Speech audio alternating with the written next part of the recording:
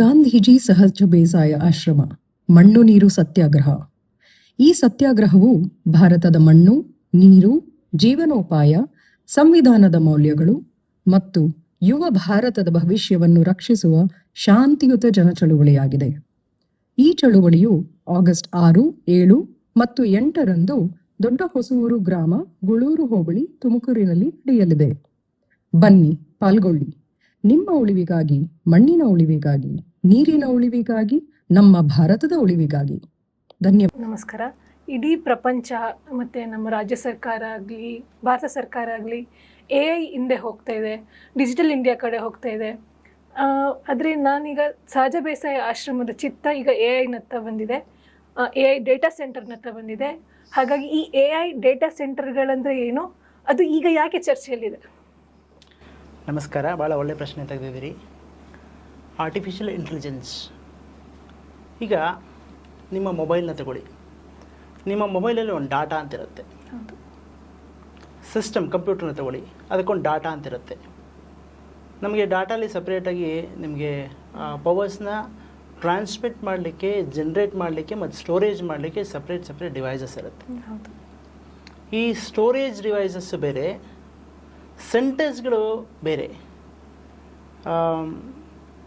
ನಿಮ್ಮ ಮೊಬೈಲು ಒಂದು ಸತಿ ಚಾರ್ಜ್ಗೆ ಹಾಕಿ ನೋಡಿ. ಚಾರ್ಜ್ಗೆ ಹಾಕಿ ಸ್ವಲ್ಪ ಹೊತ್ತು ಆದಮೇಲೆ ಸ್ವಲ್ಪ ಬಿಸಿ ಆಗುತ್ತಲ್ಲ ಸೆಂಟರ್ಸ್, ನಿಮ್ಮ ಸ್ಮಾಲ್ ಸೆಂಟರ್. ಇದೇ ಥರ ನಿಮಗೆ ಆರ್ಟಿಫಿಷಿಯಲ್ ಇಂಟೆಲಿಜೆನ್ಸ್ ಸೆಂಟರ್ಸ್ ಅಂತ ಇರ್ತವೆ. ಈ ಡಾಟಾ ಸೆಂಟರ್ಸ್ಗಳ ಕೆಲಸ ಏನಂತಂದರೆ, ನಿಮ್ಮ ಫೇಸ್ಬುಕ್ ಆಗಿರ್ಬೋದು, ವಾಟ್ಸಪ್ ಆಗಿರ್ಬೋದು, ಹಲವಾರು ಸೋಷಿಯಲ್ ಮೀಡಿಯಾ ಪ್ಲ್ಯಾಟ್ಫಾರ್ಮ್ಸಲ್ಲಿ ಇವತ್ತು ಭಾಳ ಮುಂದೋಗ್ಬಿಟ್ಟಿದೆ ನಾವೆಲ್ಲ. ಇದನ್ನೆಲ್ಲ ಒಂದು ಡಾಟಾನ ಕಂಪೈಲ್ ಮಾಡಿ, ಪ್ರಾಸೆಸ್ ಮಾಡಿ, ಸ್ಟೋರ್ ಮಾಡಬೇಕಾಗತ್ತೆ. ಇದು ಪ್ರಾಸೆಸಿಂಗ್ ಸೆಂಟರ್ಸ್ಗಳು. ಸೊ ಈ ಸೆಂಟರ್ಸ್ಗಳು ಪ್ರಪಂಚಾದ್ಯಂತ ಇದ್ದಾವೆ, 1-2 ಅಂತಲ್ಲ. ಈಗ ನಮ್ಮ ಇಂಡಿಯಾದಲ್ಲಿ ಹೂಡಿಕೆಗಳು ಭಾಳ ಜೋರಾಗಿ ಆಗ್ತಾ ಇದ್ದಾವೆ. ಬೇಸಿಕಲಿ ಈ ಸೆಂಟರ್ಸ್ಗಳು ಅಂದರೆ ಏನು ನನ್ನ ಪ್ರಕಾರ, ಇದು ಒಂದು ರೈತರ ಭೂಮಿಯನ್ನು ಬರೀ ಡಾಟಾ ಸೆಂಟರ್ಸ್, ಅವಾಗಲೇ ಹೇಳಿದ್ದು ಬರೀ ಡಾಟಾ ಸೆಂಟರ್ಸ್ ಅಂದರೆ ಸಾಫ್ಟ್ವೇರ್ ಅಂತ ಮತ್ತು ಹಾರ್ಡ್ವೇರ್ ಅಂತ ಮಾತ್ರ ಮಾತಾಡ್ತಾ ಇಲ್ಲ. ಇಲ್ಲಿ ರೈತರ ಭೂಮಿಯನ್ನು ಬಲವಂತವಾಗಿ ಕಿತ್ಕೊಳ್ಳುವಂಥ ಒಂದು ಪರಿಣಾಮ, ನೀರನ್ನು ಭಾಳ ಜೈಜಾಂಟಿಕ್ಕಾಗಿ ನೀರನ್ನು ಉಪಯೋಗಿಸ್ಕೊಳ್ಳುವಂಥ ಒಂದು ಲೆಕ್ಕಾಚಾರ, ಎಲೆಕ್ಟ್ರಿಸಿಟಿ ಅಂತ ನಾವೇನು ಕರಿತೀವಿ, ಪವರ್ನ ಹೇಳಲಿಕ್ಕೆ ಬರೋದಿಲ್ಲ. ಅದನ್ನು ನಾನು ಆಮೇಲೆ ಮಾತಾಡ್ತೀನಿ ಎಷ್ಟು ಎಲೆಕ್ಟ್ರಿಸಿಟಿ ಬೇಕಾಗತ್ತೆ ಇದಕ್ಕೆ ಅಂತ. ಇಷ್ಟಷ್ಟೇ ಅಲ್ದಿರ ನಮ್ಮ ರೈತರುಗಳು ನೂರಾರು ವರ್ಷದಿಂದ, ಸಾವಿರಾರು ವರ್ಷದಿಂದ ಕೃಷಿಯನ್ನು ಪ್ರಾಕ್ಟೀಸ್ ಮಾಡ್ತಾ ಬಂದಿದ್ದಾರೆ. ಇದಕ್ಕೆ ಅದರದೇ ಆದ ಸ್ಕಿಲ್ ಇದೆ, ವಿಸ್ಡಮ್ ಇದೆ, ಇದು ತುಂಬ ಇತಿಹಾಸ ಇದೆ. ಅವನ್ನೆಲ್ಲದನ್ನು ಕೂಡ ನೆಲಸಮಾನ ಮಾಡಿ ಈ ಒಂದು ಮ್ಯಾಸಿವ್ ಇನ್ಫ್ರಾಸ್ಟ್ರಕ್ಚರ್ಸ್ಗಳನ್ನ ಡಾಟಾ ಸೆಂಟರ್ಸ್ ಅಂತ ಹೆಸರು ಹೇಳ್ಕೊಂಡು ಸೋಕಾಲ್ಡ್ ಸಾಫ್ಟ್ವೇರ್ಸ್ಗಳು, ಜೈಂಟ್ಸ್ಗಳು, ಮೆಗಾ ಜೈಂಟ್ಸ್ಗಳಿದ್ದಾರೆ, ಅವರೆಲ್ಲ ಬಂದು ಹೂಡಿಕೆ ಮಾಡುವಂಥ ಒಂದು ವಿಚಿತ್ರವಾದ ಒಂದು ಲೆಕ್ಕಾಚಾರ. ಇದಕ್ಕೆ ಅಷ್ಟೇ ಅಲ್ದಿರ ನಿಮ್ಮ ಡೆಫಿನೇಷನ್ ಕೇಳಿದ್ರೆ ರೇರ್ ಅರ್ತ್ ಅಂತ ನಾವು ಕರಿತೀವಿ. ಈ ಗ್ರೀನ್ ಲ್ಯಾಂಡ್ಸ್ ಎಲ್ಲ ಬರ್ತದಲ್ಲ, ಆ ಗ್ರೀನ್ ಲ್ಯಾಂಡ್ಗೆ ಭಾಳಷ್ಟು ಒಡೆದಾಟ ಆಗುತ್ತೆ ಚೈನಾ ಮತ್ತು ಅಮೆರಿಕಾಗೆ. ಆ ಗ್ರೀನ್ ಲ್ಯಾಂಡಲ್ಲಿರೋ ರೇರ್ ಅರ್ಥಗಳು ಕೂಡ ಈ ಒಂದು ಸೆಂಟರ್ಸ್ಗಳನ್ನ ಭಾಗವಾಗಿರ್ತದೆ. ಇದು ಬರೀ ಸಾಫ್ಟ್ವೇರ್ಸ್ಗಳು, ಹಾರ್ಡ್ವೇರ್ಸ್ಗಳು ಮಾತ್ರ ಅಲ್ಲ, ಇದು ರೈತರುಗಳ, ಬಡ ಜನಗಳ, ಕೂಲಿ ಕಾರ್ಮಿಕರುಗಳ, ಯಾರ್ಯಾರು ನಮ್ಮ ದೇಶಗಳನ್ನ ನಿಜವಾಗ್ಲೂ ಕಟ್ಟಿದಾರ ಅವ್ರುಗಳ ರಕ್ತದಿಂದ ಕಟ್ಟುವಂಥ ಒಂದು ಸೆಂಟರ್ಸ್ಗಳಂತ ನಾನು ಹೇಳ್ಕೊಂಡಿದ್ದೀನಿ. ಈ ಮೆಗಾ ಜೈಂಟ್ಸ್, MNCs ಅಂತ ಕರಿಬೋದು, ಮಲ್ಟಿನ್ಯಾಷನಲ್ ಕಂಪ್ನಿ, ಇದರ ಮಾಲೀಕರು ಯಾರು, ಮಾಲೀಕತ್ವ ಹಿಂಗೆ, ಅದರ ಮಾಲೀಕತ್ವ ಅಂತ ಬಂದಾಗ ನಮ್ಮಲ್ಲಿ 3 ಮೆಗಾ ಜೈಂಟ್ಸ್ಗಳನ್ನ ನಾನು ಕ್ಲಾಸಿಫೈ ಮಾಡ್ತೀನಿ. ಒಂದು ಮೆಗಾ ಜೈಂಟ್ಸ್ ನಮಗೆಲ್ಲ ಗೊತ್ತಿದ್ದಂಗೆ ಗೂಗಲ್. ಇವತ್ತು ಗೂಗಲ್ ಅನ್ನೋದು ಭಾಳ ದೊಡ್ಡ ಮೆಗಾ ಜೈಂಟ್ ಆಗಿ ಇವತ್ತು ಪರಿಣಾಮ ಆಗಿದೆ ಈ AI ಡಾಟಾ ಸೆಂಟರ್ಸ್ಗಳಿಗೆ. ಎರಡನೇದು ಮೈಕ್ರೋಸಾಫ್ಟ್ಸ್. ಇದಕ್ಕೆ ಬಿಲ್ಗೇಟ್ಸ್ ಓನರ್ ಆಗಿರ್ತಾನೆ. ಭಾಳಷ್ಟು ನಿಮ್ಮ ಎಕ್ಸೆಲ್ಸ್ಗಳು ಇವನ್ನೆಲ್ಲ ವರ್ಕ್ ಆಗೋದು ಮೈಕ್ರೋಸಾಫ್ಟ್ಸಲ್ಲೇ. ಇದು ಬಿಲ್ಗೇಟ್ಸ್ ಓನರ್ ಆಗಿರ್ತಾನೆ, ಗೂಗಲ್, ಮೈಕ್ರೋಸಾಫ್ಟ್. ಆಮೇಲೆ ನಿಮಗೆ ಅಮೆಝಾನ್ ಅಂತ ಕೇಳಿದಿರಿ. ಅಮೆಝಾನ್ ಕೂಡ ಇವತ್ತು ಒಂದು ಭಾಳ ಜೈಜಾಂಟಿಕಲ್ಲಿ ಅದು ಇನ್ವೆಸ್ಟ್ಮೆಂಟ್ಸ್ಗಳನ್ನ ಮಾಡ್ತಾ ಇದ್ದಾವೆ. ಇದೆಲ್ಲದೂ ಕೂಡ ನೇರವಾಗಿ ಇನ್ವೆಸ್ಟ್ಮೆಂಟ್ಸ್ಗಳು ಬಂದು ಇಂಡಿಯಾದಲ್ಲಿ ಮಾಡಲ್ಲ. ಅದಕ್ಕೆ ಒಂದು ಮಿಡ್ಲ್ ಮೆನ್ ಅಂತ ನಾವು ಕರಿಬೋದು. ಈ ದನಗಳನ್ನ ತೊಗೋಬೇಕು ದಲ್ಲಾಳಿಗಳಂತ ನಾವು ಕರಿತೀವಿ. ಈ ದಲ್ಲಾಳಿಗಳು ಬೇಕಾಗ್ತಾರೆ. ಇದು ನಮ್ಮಲ್ಲಿರುವಂಥ ಅಡಾನಿ ಗ್ರೂಪ್ಸ್ಗಳು, ಇವರು ಮೇಜರ್ ಈ 3 ಜನಗಳಿಗೆ ಸೋಕಾಲ್ಡ್ ಮಿಡ್ಲ್ಮನ್ಗಳಾಗಿ ವರ್ಕ್ ಮಾಡ್ತಾರೆ. ಇವರು ಕ್ಯಾಪಿಟಲ್ ಇನ್ವೆಸ್ಟ್ಮೆಂಟ್ಸ್ಗಳೆಲ್ಲ ಈ ಗ್ರೂಪ್ಗಳು ಬಂದು ಮಾಡ್ತಾರೆ, ಅಡಾನಿ ಮೇಲೆ ಇನ್ವೆಸ್ಟ್ಮೆಂಟ್ಸ್ ಮಾಡ್ತಾರೆ. ಅವರು ಬಂದು ನೇರವಾಗಿ ನಮ್ಮ ಇಂಡಿಯಾದಲ್ಲಿ it becomes one of the PPP model. Like ನಮ್ಮವರು ಇನ್ವೆಸ್ಟ್ಮೆಂಟ್ ಮಾಡ್ತಾರೆ, ಸರ್ಕಾರಗಳು ಒಂದಷ್ಟು ಮಟ್ಟಿಗೆ ಇನ್ವೆಸ್ಟ್ಮೆಂಟ್ ಮಾಡೋ ಸಾಧ್ಯತೆಗಳು ಜಾಸ್ತಿ ಇದ್ದಾವೆ. ಮೇಜರ್ ಶೇರ್ಸ್ಗಳೆಲ್ಲ ಬಹುರಾಷ್ಟ್ರೀಯ ಕಂಪ್ನಿಗಳು ತೊಗೊಳ್ತಾ ಹೋಗುತ್ತೆ. ಸೊ ನಮ್ಮ ಟೈಅಪ್ ಅಂತಾನೆ ಹೇಳ್ಬೋದಾ ಈ ಅದಾನಿ ಗ್ರೂಪು ಟಾಟಾ ಹೌದು. ಗ್ರೂಪ್ ಜೊತೆ ಕಂಬೈನ್ ಆಗಿ ಅವರು ಅವರ ಪ್ರಾಡಕ್ಟ್ಸ್ನ ಇಲ್ಲಿ ಇಂಡಿಯನ್ ಮಾರ್ಕೆಟ್ಗೆ ಇದು ಮಾಡ್ತಾರೆ ಸೆಲ್ ಮಾಡ್ತಾ ಇರ್ತಾರೆ. ಖಂಡಿತ. ಈ ಇನ್ವೆಸ್ಟ್ಮೆಂಟ್ಸ್ ಇಂಡಿಯಾದಲ್ಲೇ ಯಾಕೆ ಆಗ್ತಾಯಿದೆ, ಈ ಬೇರೆ ಕಂಟ್ರಿಗಳಲ್ಲಿ ಯಾಕೆ ಆಗ್ತಾ ಇಲ್ಲ ಅಷ್ಟಾಗಿ? ಬೇರೆ ಕಂಟ್ರಿಗಳಲ್ಲೂ ಕೂಡ ಯಥೇಚ್ಛವಾಗಿ ಇನ್ವೆಸ್ಟ್ಮೆಂಟ್ಸ್ಗಳು ನಡೀತಾ ಇದ್ದಾವೆ. ಆದರೆ ಟೆಕ್ಸಸ್ಸಲ್ಲಾಗಿರ್ಬೋದು, ಜರ್ಮನಿಯಲ್ಲಾಗಿರ್ಬೋದು, ನೆದರ್ಲ್ಯಾಂಡ್ಸಲ್ಲಾಗಿರ್ಬೋದು, ಇಲ್ಲೆಲ್ಲ 6 ರಿಂದ 7 ತಿಂಗಳಿಗೇ ಅವನ್ನೆಲ್ಲ ಜಖಮ್ ಮಾಡಿದ್ದಾರೆ, ತೆಗೆದು ಈಚೆ ಹಾಕಿದ್ದಾರೆ. ವೆರಿ ಸಿಂಪಲ್, ಅದಕ್ಕೆ ನೀರುಗಳು ಸಿಕ್ಕಾಪಟ್ಟೆ ಬೇಕಾಗತ್ತೆ. ಇದು ಯಾರೂ ಲೆಕ್ಕ ಆಗ್ತಾ ಇಲ್ಲ. ಇವತ್ತು ನಾನು ಭಾಳಷ್ಟು ಚಳುವಳಿಗಾರನ್ನು ನೋಡ್ತಾ ಇದ್ದೀನಿ, ಈ ನೀರನ್ನು ಯಾರೂ ಕ್ವಾಂಟಿಫೈ ಮಾಡ್ತಾ ಇಲ್ಲ. ಅವರೆಲ್ಲ ಈ ನೀರಿಗೋಸ್ಕರ ಎಷ್ಟು ತೊಗೊಳ್ತಾ ಇದ್ದಾವೆ ನೀರಂದರೆ, ಟೆಕ್ಸಸ್ ಖಾಲಿ ಆಗ್ತಾ ಇದ್ದಾವೆ, ಜರ್ಮನಿಯವ್ರಿಗೆ ಅರ್ಥ ಆಗ್ತಾ ಇದ್ದಾವೆ, ನೆದರ್ಲ್ಯಾಂಡ್ಸ್ವ್ರಿಗೆ ಅರ್ಥ ಆಗ್ತಿದ್ದಾವೆ. ಸೊ ಫಂಡಮೆಂಟಲಿ ಬೇರೆಯವರು ಕೂಡ, ಬೇರೆ ಕಂಟ್ರೀಸ್ಗಳು ಕೂಡ ಇನ್ವೆಸ್ಟ್ಮೆಂಟ್ಸ್ ತುಂಬ ಮಾಡ್ಕೊಂಡಿದ್ದಾರೆ. ಬಟ್ ಇವರೆಲ್ಲ ತೆಗೆದು ಹೊರಗಡೆ ಹಾಕಿರೋದ್ರಿಂದ ಇವಾಗ ಏನೂ ಸಾಧ್ಯತೆ ಇಲ್ದಿರೋ ಕಾರಣ ನಮ್ಮಲ್ಲಿ developing countries, under develop countries ಅಂತ ನಾವು ಕರಿತೀವಿ. ಆಫ್ರಿಕಾ ಮತ್ತು ಇಂಡಿಯಾ ಅವ್ರಿಗೆ ಆ ಥರ ಲೆಕ್ಕಾಚಾರಕ್ಕೆ ಬರುತ್ತೆ. ಇಲ್ಲಿರೋ ಜನಗಳಿಗೆ ಒಂಚೂರು ಎಂಪ್ಲಾಯ್ಮೆಂಟ್ ಕೊಡ್ತೀವಿ ಅಂತನೋ, ಒಂಚೂರು ಪೊಲಿಟಿಕಲ್ ಇನ್ವೆಸ್ಟ್ಮೆಂಟ್ ಮಾಡ್ತೀವಿ ಅಂತನೋ ಸ್ವಲ್ಪ ಆಸೆಗಳನ್ನ ಹುಟ್ಟಿಸಿದ್ರೆ ಈ ಜನಗಳ ಇನ್ವೆಸ್ಟ್ಮೆಂಟ್ಸ್ಗೆ ಈಸಿ ಆಗುತ್ತೆ. ಇಲ್ಲಿ ಲ್ಯಾಂಡ್ ಬ್ಯಾಂಕ್ಸ್ಗಳು ತುಂಬ ಈಸಿ ಮಾಡ್ಕೊಳ್ಳೋದು. ಸೊ ಹಾಗಾಗಿ ಎಂಪ್ಲಾಯ್ಮೆಂಟ್ ಅಂತ ಅಂದ್ಕೊಂಡು, ಎಜುಕೇಷನ್ ಅಂತ ಅಂದ್ಕೊಂಡು ಈ ಥರ ಆಫ್ರಿಕಾ ಮತ್ತು ಇಂಡಿಯಾದಲ್ಲಿ ಬಂದು ಇನ್ವೆಸ್ಟ್ಮೆಂಟ್ಸ್ಗಳನ್ನ, ಹೂಡಿಕೆಗಳನ್ನ ಮಾಡ್ತಾ ಇರ್ತಾರೆ. ಕಾರಣ ಇಷ್ಟೇ, ಇಲ್ಲಿ ರಿಸೋರ್ಸಸ್ ಇದೆ, ಇಲ್ಲಿ ಫ್ರೆಶ್ ವಾಟರ್ಗೆಲ್ಲ ಸಿಗುತ್ತೆ. ಮೇನಾಗಿ ಇಲ್ಲಿರೋ ಜನಗಳೆಲ್ಲರೂ ಸ್ವಲ್ಪ ಓಕೆ ನಮ್ಗೆ ಸ್ವಲ್ಪ ಎಂಪ್ಲಾಯ್ಮೆಂಟ್ ಕೊಟ್ಟರೆ ಸಾಕು. ಅಂಡರ್ ಡೆವಲಪಿಂಗ್ ಕಂಟ್ರಿ ನಮ್ಮದಲ್ಲಿ 3 ಟ್ರಿಲಿಯನ್ ಎಕಾನಮಿ ದೇಶಗಳಷ್ಟೇ ಇರಲ್ಲ, ಮೆಗಾ ಎಕಾನಮಿ ಏನಿರಲ್ಲ. ಸೊ ಹಂಗೆ ಅಂದ್ಕೊಂಡು ಹೂಡಿಕೆಗಳನ್ನ ಆಫ್ರಿಕಾ ಮತ್ತು ಇಂಡಿಯಾ ಜಾಗದಲ್ಲಿ ಜಾಸ್ತಿ ಮಾಡ್ತಾ ಹೋಗ್ತಾರೆ. ಈ ಮೆಗಾ ಪ್ರಾಜೆಕ್ಟ್ಗಳು ಪವರ್ ಕನ್ಸಂಪ್ಷನ್ ಜಾಸ್ತಿ ಇದೆ, ನೀರಿನ ಕನ್ಸಂಪ್ಷನ್ ಒಂದು ಅಂದಾಜು ಮೇಲೆ ಹೇಳೋದಾದರೆ ಇಡೀ ಕಂಪ್ಯಾರಿಸನ್ಗೆ ಒಂದು ಮೆಗಾ ಪ್ರಾಜೆಕ್ಟ್ ಎಷ್ಟು ನೀರು ಅಥವಾ ಎಷ್ಟು ಪವರ್ನ ಕನ್ಸ್ಯೂಮ್ ಮಾಡುತ್ತೆ? ಒಟ್ಟಾರೆ ನಾನು ಗ್ಲೋಬಲ್ ಸಿನಾರಿಯೋ ನೀವು ಕೇಳ್ತಾ ಇದ್ದೀರಿ. ಈ ಗ್ಲೋಬಲ್ ಸಿನಾರಿಯೋ ಅಂತ ನಾವು ಕೇಳಿದಾಗ ಒಂದು 9.3 ಟ್ರಿಲಿಯನ್ ಲೀಟರ್ಸ್ಗಳು ಬೇಕಾಗುತ್ತೆ. ಇದು ನಮ್ಮ ಲೆಕ್ಕಾಚಾರಕ್ಕೆ ಭಾಳ ದೂರದ ವಿಚಾರ. 9.3 ಈಗಿನ ಡಾಟಾ ಸೆಂಟರ್ಸ್ಗಳು ಕುಡಿತಾ ಇರೋ ನೀರು 9.3 ಟ್ರಿಲಿಯನ್ ಲೀಟರ್ಗಳನ್ನ ನೀರನ್ನ ಕುಡಿತಾ ಇದ್ದಾರೆ. ನೀವು ಕೇಳ್ಬೋದು ಹಂಗಂದ್ರೆ ಏನು, ಸ್ವಲ್ಪ ಸರಳವಾಗಿ ಹೇಳ್ಬೋದು ಅಂತ. ನಮ್ಮ KRS ಡ್ಯಾಮ್ ನೋಡಿದ್ರಲ್ಲ, KRS ಡ್ಯಾಮ್ನ 9 ಪಟ್ಟು ಹಾಕ್ಕೊಳ್ಳಿ, ಎಷ್ಟು ಸ್ಟೋರೇಜ್ ಇದೆ ಅಂತ ನೋಡ್ಕೊಳ್ಳಿ, ಅದನ್ನು 9 ಪಟ್ಟು ಹಾಕ್ಕೊಳ್ಳಿ. ಅಷ್ಟು ನೀರನ್ನು ಈಗ ಸದ್ಯಕ್ಕೆ ಡಾಟಾ ಸೆಂಟರ್ಸ್ಗಳು ಕಬಳಿಸ್ತಾ ಇದ್ದಾರೆ. ಫ್ರೆಶ್ ವಾಟರ್ ಇದು ಕುಡಿಯೋ ನೀರುಗಳು. ಇದು ಸಮುದ್ರದ ನೀರಿಗೂ ಇದಕ್ಕೂ ಸಂಬಂಧ ಇಲ್ಲ. ಸಮುದ್ರದ ನೀರು ಉಪಯೋಗಿಸೋಕೆ ಆಗೋದಿಲ್ಲ. ಇದು purely drinking water, purely fresh ವಾಟರ್ಗಳನ್ನ ಮಾತ್ರ ಇದು ಡಾಟಾ ಸೆಂಟರ್ಸ್ಗೆ ಯೂಸ್ ಮಾಡ್ತಾ ಇದ್ದಾರೆ. That's what it is. ಇದು ನಿಮ್ಗೆ ಹೇಳೋದಾದರೆ ನೀರನ್ನು. ಮತ್ತು ನೀವು ಕರೆಂಟ್ ಅಂತ ಬಂದಾಗ ಈಗಿರ ರೈಟ್ ನಾವು ಎಲ್ಲ ಇನ್ಫ್ರಾಸ್ಟ್ರಕ್ಚರ್ಸ್ ಏನೇನು ಮಾತಾಡ್ತಾ ಇದ್ದಾರೆ ಇವರೆಲ್ಲ ಗ್ಲೋಬಲಿ, ಇವರು 1/3 ಆಫ್ ದ ಗ್ಲೋಬಲ್ ಎಲೆಕ್ಟ್ರಿಸಿಟಿ, ಈ ಸಸ್ಟೈನಬಲ್ ಎಲೆಕ್ಟ್ರಿಸಿಟಿ, ಅನ್ಸಸ್ಟೈನಬಲ್ ಎಲೆಕ್ಟ್ರಿಸಿಟಿ, ಕೋಲ್ ಅವೆಲ್ಲ ಬರ್ತದಲ್ಲ, ಆ ಥರ ಲೆಕ್ಕಾಚಾರ ಬರುತ್ತಲ್ಲ, 1/3 ಆಫ್ ದಿ ಗ್ಲೋಬಲ್ ಎಲೆಕ್ಟ್ರಿಸಿಟಿಯನ್ನು ಈ ಡಾಟಾ ಸೆಂಟರ್ಸ್ಗಳು ಕಬಳಿಸ್ತಾ ಇದ್ದಾರೆ. So combined renewal and non renewal ಎರಡು ಕಂಬೈನ್ ಮಾಡಿದ್ರೆ 1/3 ಎಷ್ಟು ಪವರ್ ಬೇಕೋ ಅಷ್ಟು ಪವರ್ಸ್ಗಳನ್ನ ಈ ಡಾಟಾ ಸೆಂಟರ್ಸ್ಗಳು ಕುಡಿದಾಗ್ತಾ ಇದ್ದಾವೆ.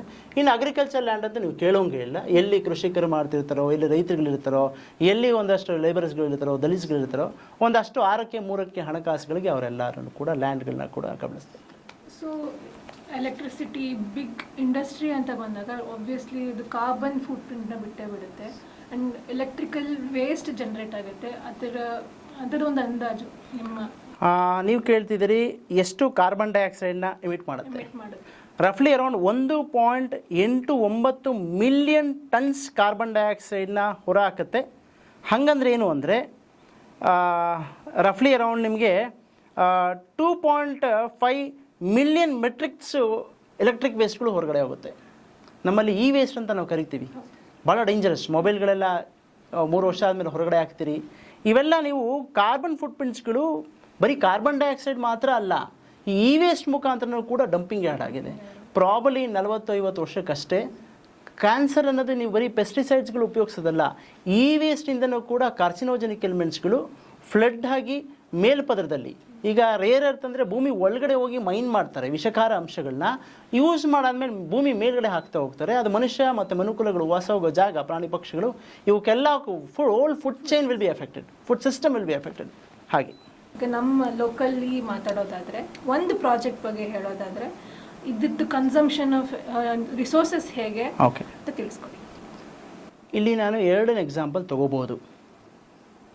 ನಮ್ಮ ಈಗಿನ ಒಂದು ಭಾಳ ಮುಂಚೂಣಿಯಲ್ಲಿರೋ ಒಂದು ಹೋರಾಟವನ್ನೇ ತಗೊಳ್ಳೋಣ. ರೈತರ ಹೋರಾಟ, ಅದು ಪೊಲಿಟಿಕಲ್ ಹೋರಾಟವು ಕನ್ವರ್ಟ್ ಆಗ್ತಾ ಇದ್ದಾವೆ. ಬಿಡದಿ ಮತ್ತು ರಾಮನಗರದಲ್ಲಿ ನಡೀತಿರುವಂಥ ಟೆಕ್ ಪಾರ್ಕನ್ನು ಒಂದು ಟೌನ್ಶಿಪ್ನ ಲೆಕ್ಕಾಚಾರ.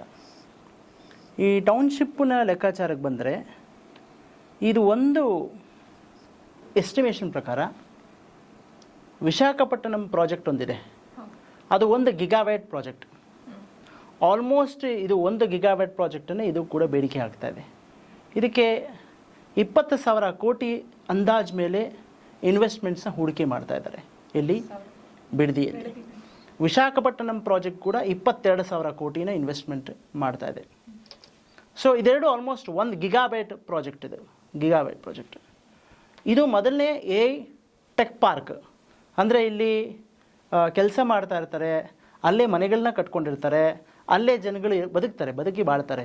ಇದು ಇಂಡಿಯಾದಲ್ಲಿ ನಂಬರ್ 1 ಮೊದಲನೇ ಪ್ರಾಜೆಕ್ಟ್. ಬೇರೆದೆಲ್ಲ ಬರೀ ಪಾರ್ಕ್ಗಳಿದ್ದಾವೆ, ಜನಗಳಿರಲ್ಲ. ಇದು ಒಂಥರ ಇನ್ಫ್ರಾಸ್ಟ್ರಕ್ಚರ್ ಪ್ರಾಜೆಕ್ಟ್, ಜನನೂ ಇರ್ತಾರೆ, ಪಾರ್ಕ್ ಇರುತ್ತೆ. ಹೌದೌದು, ಅಲ್ಲೇ ಇರ್ಬೋದು, ಅಲ್ಲೇ ಕೆಲಸ ಮಾಡ್ಬೋದು, ಅಲ್ಲೇ ಬದುಕಿ ಬಾಳ್ಬೋದು. ಈ ಥರ ಒಂದು ಪ್ರಾಜೆಕ್ಟನ್ನು, ಇನ್ಫ್ರಾಸ್ಟ್ರಕ್ಚರ್ ಪ್ರಾಜೆಕ್ಟನ್ನು ಮಾಡ್ತಾ ಇದ್ದಾರೆ. ಇದು ಮುಖ್ಯವಾಗಿ ನೀವು ರಿಸೋರ್ಸ್ ಅಂತ ಕೇಳ್ತಿದ್ದೀರ. ಮೊದಲನೇದು ನೀರು. ಇದು ನೀರನ್ನು ಅಂದಾಜು ಮೇಲೆ ಹೇಳೋದಾದರೆ ಒಂದು ದಿನಕ್ಕೆ 2 ಕೋಟಿ ಲೀಟ್ರಷ್ಟು ಕನ್ಸಂಪ್ಷನ್ ಆಗುತ್ತೆ ಈ ಪಾರ್ಕ್ಗೆ. 1 ಗಿಗಾಬೈಟ್ ಪ್ರಾಜೆಕ್ಟ್ಗೆ ಒಂದು ದಿನಕ್ಕೆ 2 ಕೋಟಿ ಲೀಟ್ರ್ ಬೇಕಾಗುತ್ತೆ. ಹಂಗಂದು ಲೆಕ್ಕ ಹಾಕ್ಕೊಂಡಾಗ ನಿಮಗೆ ಒಂದು ವರ್ಷಕ್ಕೆ ನೀವು ತೊಗೊಂಡಾಗ 750 ಕೋಟಿ ಲೀಟರ್ಸಷ್ಟು 750 ಕೋಟಿ ಲೀಟರ್ಸಷ್ಟು. ಇನ್ನೊಂದು ಅಂದಾಜು ಕೊಡ್ತೀನಿ. ಈ ನೀರು ಇದ್ಬಿಟ್ರೆ 750 ಕೋಟಿ ಲೀಟ್ರ್ ಇದ್ದರೆ ಮೈಸೂರು ಮತ್ತು ಮಂಡ್ಯ ಜನಗಳು, 2 ಡಿಸ್ಟ್ರಿಕ್ಟ್ಗಳಿಗೂ ಜನಗಳಿಗೆ, ಕೃಷಿಗೆ ಎಲ್ಲವಕ್ಕೂ ನೀರನ್ನು ನಾವು ಒದಗಿಸ್ಬೋದು. ಆ ಥರ ಎಸ್ಟಿಮೇಟ್ ನೀರನ್ನು ಇದೊಂದೇ ಒಂದು ಪರ್ಟಿಕ್ಯುಲರ್ ಪ್ರಾಜೆಕ್ಟ್ಗೆ ಬಳಕೆ ಆಗುತ್ತೆ. ನೀವು ಇನ್ನೊಬ್ರು ಭಾಳ ಜನ ನನ್ನ ಕೇಳ್ತಾರೆ, ಈ ಬಳಕೆಯಾಗಿದ್ದರಿಂದ ಮತ್ತೆ ಉಪಯೋಗಿಸ್ಬೋದಾ ಏನಾದರೂ ಅಂತ. ಅದಂಗೆ ಆಗೋದಿಲ್ಲ. 80% ನೀರನ್ನು ಕೇವಲವಾಗಿ ಹಾವಿಯಾಗಿ ಹೊರಟೋಗುತ್ತೆ. ಈಗ ನಾವು 750ರಲ್ಲಿ 80% ನೀರು ಬಿಸಿಗೆ, ಇದು ತುಂಬ ಬಿಸಿ ಪ್ರೊಡ್ಯೂಸ್ ಮಾಡುತ್ತೆ. ಆ ಬಿಸಿಗೆ ನಿಮ್ಮದು ನೀರೇ ಹಾವಿಯಾಗಿ ಹೊರಟೋಗುತ್ತೆ. ಇನ್ನು ಉಳ್ಕೊಳ್ಳೋದು 20% ವಾಟ್ರ್, ಅದು negligible amount of water. Treatment ಮಾಡಿದ್ರು ಕೂಡ ಕಾಸ್ಟ್ ಜಾಸ್ತಿ ಇರುತ್ತೆ, ಹಾಗಾಗಿ ಅದು ಕೂಡ ವೇಸ್ಟ್ ಆಗೋಗುತ್ತೆ. ಸೊ ನೀರು ಅಷ್ಟು ಮಟ್ಟಿಗೆ ಬೇಕಾಗುತ್ತೆ. 2 ಡಿಸ್ಟ್ರಿಕ್ಟ್ಗಳನ್ನ ಸಫೈಸ್ ಮಾಡುವಷ್ಟು ನೀರು ಇದು ಒಂದೇ ಒಂದು ಪ್ರಾಜೆಕ್ಟನ್ನು ಹೊಡೆದು ನುಂಗಾಕತ್ತೆ. ಅಷ್ಟು ನೀರು ಇದೆಯಾ ಬಿಡದಿನಲ್ಲಿ? ಪ್ರಶ್ನೆ ಇದೆ ಇವಾಗ. ಈಗ ಯಾಕೆ ನನ್ನ ಪ್ರಕಾರ ಬಿಡದಿಯಲ್ಲೇ ಯಾಕೆ ಇದನ್ನು ಹಾಕ್ತಿದ್ರೆ ಟೌನ್ಶಿಪ್ ಪ್ಲ್ಯಾನ್ ಅಂದರೆ, ಆ ಕಡೆ ನೋಡಿ ತುಮಕೂರಿಂದ ಒಂದು ಪ್ರಾಜೆಕ್ಟ್ ಬರ್ತಾ ಇದ್ವಿ. ತುಮಕೂರಿಂದ ಕುಣಿಗಲ್ ಟು ಮಾಗಡಿ ರಾಮನಗರಗೆ ಕನೆಕ್ಟ್ ಮಾಡ್ಕೊತಾರೆ. ಅದು ಹೇಮಾವತಿ ಲಿಂಕ್ ಪ್ರಾಜೆಕ್ಟ್ ಅಂತಲೇ ಕರೀತಾರೆ ಅವರೆಲ್ಲ. ಓಕೆ, ಎಕ್ಸ್ಪ್ರೆಸ್ ಹೈವೇ ಅಂತಲೂ ಕರೀತಾರೆ, ಭಾಳ ಫಾಸ್ಟಾಗಿ ಬರಬೇಕು ಅಂತ. ಆ ಪದನೂ ಹಾಗೆ ಇದೆ, ಎಕ್ಸ್ಪ್ರೆಸ್ ಹೈವೇ. ಇದಲ್ದಿರ ಈಗ ಇನ್ನೊಂದು ಪ್ರಶ್ನೆ, ಅಲ್ಲಿ ನೀರೇ ಬರಲಿಲ್ಲ, ವೆಸ್ಟರ್ನ್ ಘಾಟ್ಸಲ್ಲಿ ನೀರು ಬರಲಿಲ್ಲ ಅಂದರೆ ತುಮಕೂರಲ್ಲಿ 23 TMC ನೀರಿರಲ್ಲ. ಹಂಗಿದ್ದಾಗ ಇಲ್ಲೂ ಹರಿಯಲ್ಲ. ಸೊ ಹಿಂಗಿದ್ದಾಗ ಬಿಡದಿ ಅನ್ನೋ ಆಪ್ಷನ್ ತಗೊಳ್ಳಿ, ಅದು ಅಟ್ಲೀಸ್ಟು ಕಾವೇರಿ ನೀರಿಂದ ಎಳ್ಕೊತಾರೆ ಅವ್ರು ನಾಳೆ. ಈ ಪ್ರಾಜೆಕ್ಟ್ ರನ್ ಆಗಲೇಬೇಕು. ಇದು ಭಾಳ ಕೋಟ್ಯಾಂತರ ರೂಪಾಯಿ ಇನ್ವೆಸ್ಟ್ಮೆಂಟ್ ಆಗಿರೋ ಪ್ರಾಜೆಕ್ಟ್, 20,000 ಕೋಟಿ ಪ್ರಾಜೆಕ್ಟ್ ಬಿಡಲ್ಲ. ಸೊ ಆ ಕಾವೇರಿ ನೀರಿಗೆ ಆಪ್ಷನ್ ನಂಬರ್ 2 ಇದೆ. ಕಬಿನಿಯಿಂದ ಆಪ್ಷನ್ 3 ಇದೆ. ಇದೇ ಸಲುವಾಗಿ ಕೂಡ ಅಟ್ ಅ ಟೈಮ್ ನೋಡ್ಕೊಂಬನ್ನಿ ಎಲ್ಲ ಪ್ರಾಜೆಕ್ಟನ್ನು. ಇಲ್ಲಿ ಪಾರ್ಕ್ ಮಾಡೋಕ್ಕೆ ಲೆಕ್ಕಾಚಾರ ಆಗ್ತಾ ಇದ್ದಾರೆ, ತುಮಕೂರಿಂದ ನೀರನ್ನು ಎಳ್ಕೊಂಬರೋಕ್ಕೆ ಲೆಕ್ಕಾಚಾರ ಆಗ್ತಾ ಇದ್ದಾರೆ, ಮೇಕೆದಾಟು ಕೂಡ ಪ್ರಾಜೆಕ್ಟ್ ಲೆಕ್ಕ ಹಾಕ್ತಿದ್ದಾರೆ. ಸೊ ಈ ಮೂರನ್ನು ಸ್ವಲ್ಪ ಫೋರ್ಸೈಟ್ ಇಟ್ಕೊಂಡು ನೋಡೋದಾದರೆ ಈ ಪ್ರಾಜೆಕ್ಟ್ ತುಂಬ ನೀರನ್ನು ಬಿಡುತ್ತೆ. ಪದೇ ಹೇಳ್ತಾ ಇದ್ದೀನಿ, ಇಟ್ಸ್ ಅ ಫ್ರೆಶ್ ವಾಟರ್. ಇದಲ್ದಿರ ಎಲೆಕ್ಟ್ರಿಸಿಟಿ ಅಂತಲೂ ಬರೋಣ. ಇದೇ ಟೈಮ್ಗೆ ಎಲೆಕ್ಟ್ರಿಸಿಟಿಯನ್ನು ನೀವು ನೋಡ್ಕೊಬನ್ನಿ. ರೈತರುಗಳಿಗೆ ಎಲೆಕ್ಟ್ರಿಸಿಟಿಗೆ ಚಾರ್ಜ್ ಮಾಡ್ತೀವಿ, ಮನೆಗೂ ಮೀಟ್ರ್ ಹಾಕ್ತೀವಿ ಅಂತ ಹೇಳ್ತಾ ಇದ್ದಾರೆ. ಅರ್ಥ ಏನು? ನೀವು ಮೀಟ್ರ್ ಇಷ್ಟು ದಿನ ಫ್ರೀ ಆಗಿದ್ದು ಮೀಟ್ರ್ ಹಾಕಿದಾಗ ಏನಾಗುತ್ತೆ ರೈತರುಗಳಿಗೆ, ಅದು 7.5 HP 10 HP ಮೋಟ್ರ್ಗಳಿಗೆ ಮೀಟ್ರ್ ಹಾಕ್ತಾರೆ. ಈಗ ಹಂಗೆ ಮೀಟ್ರ್ ಹಾಕಿದಾಗ ಏನಾಗುತ್ತೆ, ಲಾಜಿಕಲಿ ಸರ್ಕಾರ ಏನಾರ ಗೆದ್ದರೆ ಆ ಒಂದು ಚಳುವಳಿಯಲ್ಲಿ, ರೈತ ಚಳುವಳಿ ಜೊತೆಗೆ ಸರ್ಕಾರ ಎರಡೂ ಕೂಡ ಹೊಡೆದಾಡ್ತಾ ಇದೆ. ಸರ್ಕಾರ ಗೆದ್ದರೆ ಅಟ್ಲೀಸ್ಟ್ ರೈತರು ಇಷ್ಟು ಅಮೌಂಟ್ ಆಫ್ ಇಷ್ಟು ಅಮೌಂಟ್ ಆಫ್ ವ್ಯಾಟ್ಸ್ನ ಅಂದರೆ ಕಮ್ಮಿ ಯೂಸ್ ಮಾಡ್ತಾರೆ. ಈಗ ನಾವು ದುಡ್ಡು ಕೊಡಬೇಕು ಅಂದಾಗ ಆಟೋಮೆಟಿಕಾಗಿ ಮನುಷ್ಯನ ಸಹಜ ಗುಣ ಕಮ್ಮಿ ಯೂಸ್ ಮಾಡ್ತಾನೆ. ಅಷ್ಟು ನಿಮಗೆ ಎಲೆಕ್ಟ್ರಿಕ್ ವ್ಯಾಟನ್ನು ಉಳಿತಾಯ ಮಾಡಿಕೊಂಡು ಈ ಥರ ಒಂದು ಮೆಗಾ ಪ್ರಾಜೆಕ್ಟ್ಗಳಿಗೆ ಎಲೆಕ್ಟ್ರಿಸಿಟಿಯನ್ನು ಡಂಪ್ ಮಾಡ್ತಾ ಹೋಗ್ತಾರೆ. ಮೂರನೇದು ಬಿಡದಿ ಅನ್ನೋದು ಭಾಳ ಇಂಟ್ರೆಸ್ಟಿಂಗ್ ಸ್ಟೋರಿ ಏನಂದರೆ, ಸುತ್ತಮುತ್ತ ಈಗಾಗಲೇ ನೋಡ್ತಾ ಇದ್ದೀವಿ, ರಿಯಲ್ ಎಸ್ಟೇಟ್ಸ್ಗಳು ಸಿಕ್ಕಾಪಟ್ಟೆ ಇನ್ವೆಸ್ಟ್ಮೆಂಟ್ ಆಗೋಗಿದೆ. ಒಂದು ಲೆಕ್ಕಾಚಾರದಲ್ಲಿ ಪ್ರಕಾರ ವಾದ್ರಾ ಇನ್ವೆಸ್ಟ್ಮೆಂಟ್ಸು ಇಲ್ಲಾಗುತ್ತೆ ಅಂತ. ಈ ಪೊಲಿಟಿಕಲ್ ಇನ್ವೆಸ್ಟ್ಮೆಂಟ್ಸ್ಗಳ ಬಗ್ಗೆನೂ ಮಾತಾಡ್ತೀನಿ ನಾನು. ಯಾಕೆಂದರೆ ಅಲ್ಲಿರೋ ಇನ್ವೆಸ್ಟ್ಮೆಂಟ್ಸ್ಗಳು ಇಲ್ಲ ಆಗುತ್ತೆ. ಇಲ್ಲಿ ಚೀಫ್ ಮಿನಿಸ್ಟರ್ಸ್ಗಳು, ಆಪೋನೆಂಟ್ ಪಾರ್ಟಿ ಎಲ್ಲ ಇನ್ವೆಸ್ಟ್ಮೆಂಟ್ಸ್ಗಳು ಜೋರಾಗಿ ಮಾಡ್ತಾರೆ ಇಲ್ಲೆಲ್ಲ. ಇದು ಯಾವುದೇ ಪ್ರಾಜೆಕ್ಟ್ ಆಗಿಲ್ಲ, I am not saying about this project. ನೀವು ನೈಸ್ ಕಾರಿಡಾರ್ ತೊಗೋಬೋದು, ಯಾವುದೇ ಇನ್ವೆಸ್ಟ್ಮೆಂಟ್ಸ್ ಆಗಿರ್ಬೋದು, ದೇರಲ್ಲೂ ಮ್ಯಾಕ್ಸಿಮಮ್ ಕ್ಯಾಪಿಟಲಿಸ್ಟ್ಗಳು ಬಂದು ಇನ್ವೆಸ್ಟ್ ಮಾಡ್ತಾರೆ, ಪೊಲಿಟಿಷಿಯನ್ಸ್ಗಳು ಇನ್ವೆಸ್ಟ್ ಮಾಡ್ತಾರೆ. ಸೊ ಲ್ಯಾಂಡ್ಗಳು ಕೂಡ ಈಸಿ ಆಯಿತು, ಭಾಳ ಹತ್ರ ಕೂಡ ಆಯ್ತಾರಲ್ಲ, ಬೆಂಗಳೂರಿಂದ ಭಾಳ ಹತ್ರ ಆಯಿತು. ಸೊ ಇವ್ರಿಗೆಲ್ಲ ಲೆಕ್ಕಾಚಾರ, ಎಲ್ಲ ಮಾಫಿಯಾ ಓಪನ್ ಆಗಲಿಕ್ಕೆ, ವಾಟರ್ ಮಾಫಿಯಾ ಆಗಿರ್ಬೋದು, ಲ್ಯಾಂಡ್ ಮಾಫಿಯಾಸ್ ಆಗಿರ್ಬೋದು, ಎಲೆಕ್ಟ್ರಿಸಿಟಿ ಆಗಿರ್ಬೋದು, ಎಲ್ಲ ಲೆಕ್ಕಾಚಾರ ಹಾಕ್ಕೊಂಡು ಈ ಪ್ರಾಜೆಕ್ಟನ್ನು ಮಾಡ್ತಾಯಿದ್ದಾರೆ. ಸೊ ದ ರಿಸೋರ್ಸಸ್, ನೀರು ಎಲ್ಲನೂ ಜನಗಳಿಗೆ, ಮಣ್ಣಿಗೆ, ಕೃಷಿಗೆ ಯೂಸ್ ಆಗೋ ಬದಲು ಕಂಪನಿಗೆ ಯೂಸ್ ಆಗ್ತಾ ಇದೆ ಅಂತ. ಇದು ಕ್ಯಾಪಿಟಲಿಸ್ಟಿಕ್ ಸಮಾಜನೇ ಹಾಗೆ. ಇಲ್ಲಿ ಜನಗಳು ಅಂತ ಲೆಕ್ಕಾಚಾರ ಏನಿರಲ್ಲ. Capitalism works in that way. Government ಇದನ್ನ ಪುಷ್ ಮಾಡ್ತಾ ಇದೆ, ಕರ್ನಾಟಕ ಗವರ್ಮೆಂಟ್ ಕಡೆಯಿಂದ ಈ ಪ್ರಾಜೆಕ್ಟ್ಗೆ ತುಂಬ ಇನ್ಸೆಂಟಿವ್ಸ್ ಇದೆ ಅಂತ ಗೊತ್ತಿದೆ ನಮಗೆ. So what are the incentives ಈ ಪ್ರಾಜೆಕ್ಟ್ಗೆ? ನೀವು ಇನ್ಸೆಂಟಿವ್ಸ್ ಅಂತ ಕೇಳ್ತಾ ಇದ್ದೀರಿ. ಸೊ ಹಾಗಾಗಿ ಇದರಲ್ಲಿ ಸರ್ಕಾರದ ಕಾಪಿಗಳನ್ನ ನಾನು ಮಾತಾಡ್ತೀನಿ, ಬೇರೆ ಯಾವುದೂ ಅಲ್ಲ. ಸೊ ನಿಮಗೆ ಟ್ಯಾಕ್ಸ್ ಹಾಲಿಡೇ ಅಂತ ಹೇಳ್ತಾರೆ. ಈ ಒಂದು ಬಹುರಾಷ್ಟ್ರೀಯ ಕಂಪನಿಗಳು ಬಂದು ಹೂಡಿಕೆ ಮಾಡ್ತವೆ 2047ವರೆಗೂ, approximately 20 years tax holiday period ಅಂತ ಕರೀತಾ ಇದ್ದಾರೆ. GST ಇನ್ಪುಟ್ಸ್ ಕ್ರೆಡಿಟ್ ಅಂತ ಇದೆ. ಈ ಕನ್ಸ್ಟ್ರಕ್ಷನ್ ಮೆಟೀರಿಯಲ್ಗಳಿಗೆ ಮತ್ತು ಎಲೆಕ್ಟ್ರಿಸಿಟಿ ಐಟಮ್ಗಳಿಗೆ GST ಇನ್ಪುಟ್ ಟ್ಯಾಕ್ಸ್ ಕ್ರೆಡಿಟ್ ಅಂತ ಕೊಡ್ತಾ ಇದ್ದಾರೆ. ಇಂಟ್ರೆಸ್ಟ್ ಸಬ್ಸಿಡಿ ಏನಂಗಂದರೆ 5% interest subsidy up to 5 years. ಮೊದಲ 5 ವರ್ಷದಲ್ಲಿ ಶುರುವಾದ್ಮೇಲೆ ಮೊದಲ 5 ವರ್ಷದಲ್ಲಿ 5% ಇಂಟ್ರೆಸ್ಟ್ ಸಬ್ಸಿಡಿ, ಅಂದರೆ ಅವ್ರಿಗೆ ಹತ್ತತ್ರ ಅಗ್ರಿಕಲ್ಚರ್ ಲೋನ್ ಸಿಗ್ದಂಗೆ ಸಿಗುತ್ತೆ. Banking 100% way of on the banking sectors. Power 100% way of for transmission and wheeling charges. Transmission ಮತ್ತು ವೀಲಿಂಗ್ ಚಾರ್ಜಸ್ಗೆ 100% ನಮಗೆ ಸಬ್ಸಿಡಿ ಕೊಡ್ತಾ ಇದ್ದಾರೆ. ಇದಕ್ಕೆ ಸನ್ಶೈನ್ ಇನ್ಸೆಂಟಿವ್ಸ್ ಅಂತ ಪದ ಇಟ್ಟಿದ್ದಾರೆ. ಸನ್ಶೈನ್ ಇನ್ಸೆಂಟಿವ್ಸ್, ನಮ್ಮಲ್ಲಿ ಬೆಳಕು ಬರ್ತಾ ಇದೆ ಬನ್ನಿ ಅಂತ. ಈ ಸನ್ಶೈನ್ ಇನ್ಸೆಂಟಿವ್ ಏನಂದರೆ, ಈ ಕಂಪ್ನಿಗಳಿಗೆ 100 ಕೋಟಿಯಷ್ಟು ಸರ್ಕಾರ ಫ್ರೀಯಾಗಿ ಕೊಡುತ್ತೆ ಸಬ್ಸಿಡಿ ಮುಖಾಂತರ. ರೈತರುಗಳಿಗೆ ಸಣ್ಣ ಪುಟ್ಟ ಬೆಳೆಗಳಿಗೆ ನಾಶ ಆದರೆ ದುಡ್ಡು ಕೊಡೋದು ಕಷ್ಟ, ಬಟ್ ಇಲ್ಲಿ ಸನ್ಶೈನ್ ಇನ್ಸೆಂಟಿವ್ಸ್ಗಳು ಮಾಡ್ತಾ ಇದ್ದಾರೆ. ಸೊ ಒಟ್ಟಾರೆ ಕ್ಯಾಪಿಟಲ್ ಸಬ್ಸಿಡಿಗಳಿದ್ದಾವೆ, ಲ್ಯಾಂಡ್ ಸಬ್ಸಿಡಿಗಳಿದ್ದಾವೆ. ಭಾಳ ಚಂದ ಅಂದರೆ ಇಲ್ಲ, ಇದು ಪರ್ಚೇಸ್ ಆಫ್ ದ ಪ್ರಾಪರ್ಟಿನ ತಗೋತಾರೆ. ಹೇಗೆ ಅಂದರೆ, ಈಗ ತುಮಕೂರಲ್ಲಿ ನಮ್ಮ ಆಶ್ರಮ ಇದೆ, ಅದರದ್ದು 1 ಎಕರೆ ಜಮೀನು ಸುತ್ತಮುತ್ತ ನಾನು ಹೇಳ್ತಾ ಇದ್ದೀನಿ. 1 ಎಕರೆ ಜಮೀನು ಪ್ರೈವೇಟ್ ವ್ಯಾಲ್ಯೂ ಬಂದು 2 ಕೋಟಿ ಇರುತ್ತೆ. ಆದರೆ ಅಲ್ಲಿ SR ವ್ಯಾಲ್ಯೂ ಅಂತ ಒಂದು ನಿಗದಿ ಮಾಡಿರುತ್ತೆ ಸರ್ಕಾರ. ಅದು ಅಪ್ರಾಕ್ಸಿಮೇಟ್ಲಿ ಒಂದು 22 ಲಕ್ಷ 23 ಲಕ್ಷ ಇರುತ್ತೆ ಹಾನೆಸ್ಟ್ಲಿ. ಈ 22 ಲಕ್ಷ 23 ಲಕ್ಷಕ್ಕೆ ಅವ್ರು ಖರೀದಿ ಮಾಡ್ತಾರೆ ಪ್ರಾಪರ್ಟಿಯನ್ನು. ಅದು ಏನು ಲೆಕ್ಕಾಚಾರ, ಅದು 3 ಮ್ಯಾಕ್ಸಿಮಮ್ ರೈತರ ಹತ್ರ ಖರೀದಿ ಮಾಡಬೇಕಾದ್ರೆ ಅದನ್ನು SR ವ್ಯಾಲ್ಯೂ ಅಂತ ಹಾಕೋತಾರೆ. Say something around 50 lakhs 55 lakhs. ಅದರಲ್ಲೂ 25% ವೇ ಆಫ್ ಮಾಡಿಕೊಡ್ತಾರೆ. ಅಂದರೆ ಈ 2 ಕೋಟಿ ಜಮೀನನ್ನು 35 ಲಕ್ಷ 37 ಲಕ್ಷಕ್ಕೆ ಆ ಕಂಪನಿಗಳಿಗೆ ಅದನ್ನು ಅವ್ರು ಮಾಡಿಕೊಡ್ತಾರೆ. ನೆಕ್ಸ್ಟು ಸ್ಟ್ಯಾಂಪ್ ಡ್ಯೂಟಿ 100% ಎಕ್ಸಂಪ್ಷನ್ಸ್ ಕೊಡ್ತಾ ಇದ್ದಾರೆ. ರಿಜಿಸ್ಟ್ರೇಷನ್ ಚಾರ್ಜ್ ಸಬ್ಸಿಡಿ ಇದೆ ಅವರಿಗೆ. ಲೋನ್ ಕನ್ವರ್ಷನ್ಸ್ಗಳು ಚಾರ್ಜಸ್ ಇರ್ತವೆ. ಆಮೇಲೆ ಪವರ್ ಟ್ಯಾರಿಫ್ ಸಬ್ಸಿಡಿಗಳು ಕೊಡ್ತಾ ಇದ್ದಾರೆ. ಟ್ಯಾಕ್ಸ್ ಎಕ್ಸಂಪ್ಷನ್ಸ್ ಅವಾಗಲೇ ನಿಮ್ಗೆ ಹೇಳಿದೆ. ಸ್ಪೆಷಲ್ ಕ್ಯಾಪಿಟಲ್ ಸಬ್ಸಿಡಿ ಅಂತಲೂ ಕೊಡ್ತಾ ಇದ್ದಾರೆ. 4,000 ಕೋಟಿ ಆ್ಯಂಡ್ ಅಬೋವ್ ಮಾಡಿದ್ರೆ, ಇದು 20,000 ಕೋಟಿ, 4,000 ಕೋಟಿ ಆ್ಯಂಡ್ ಅಬೋವ್ ಮಾಡಿದ್ರೆ ಸ್ಪೆಷಲ್ ಕ್ಯಾಪಿಟಲ್ ಸಬ್ಸಿಡಿ ಅಂತ ಕೊಡ್ತಾ ಇದ್ದಾರೆ.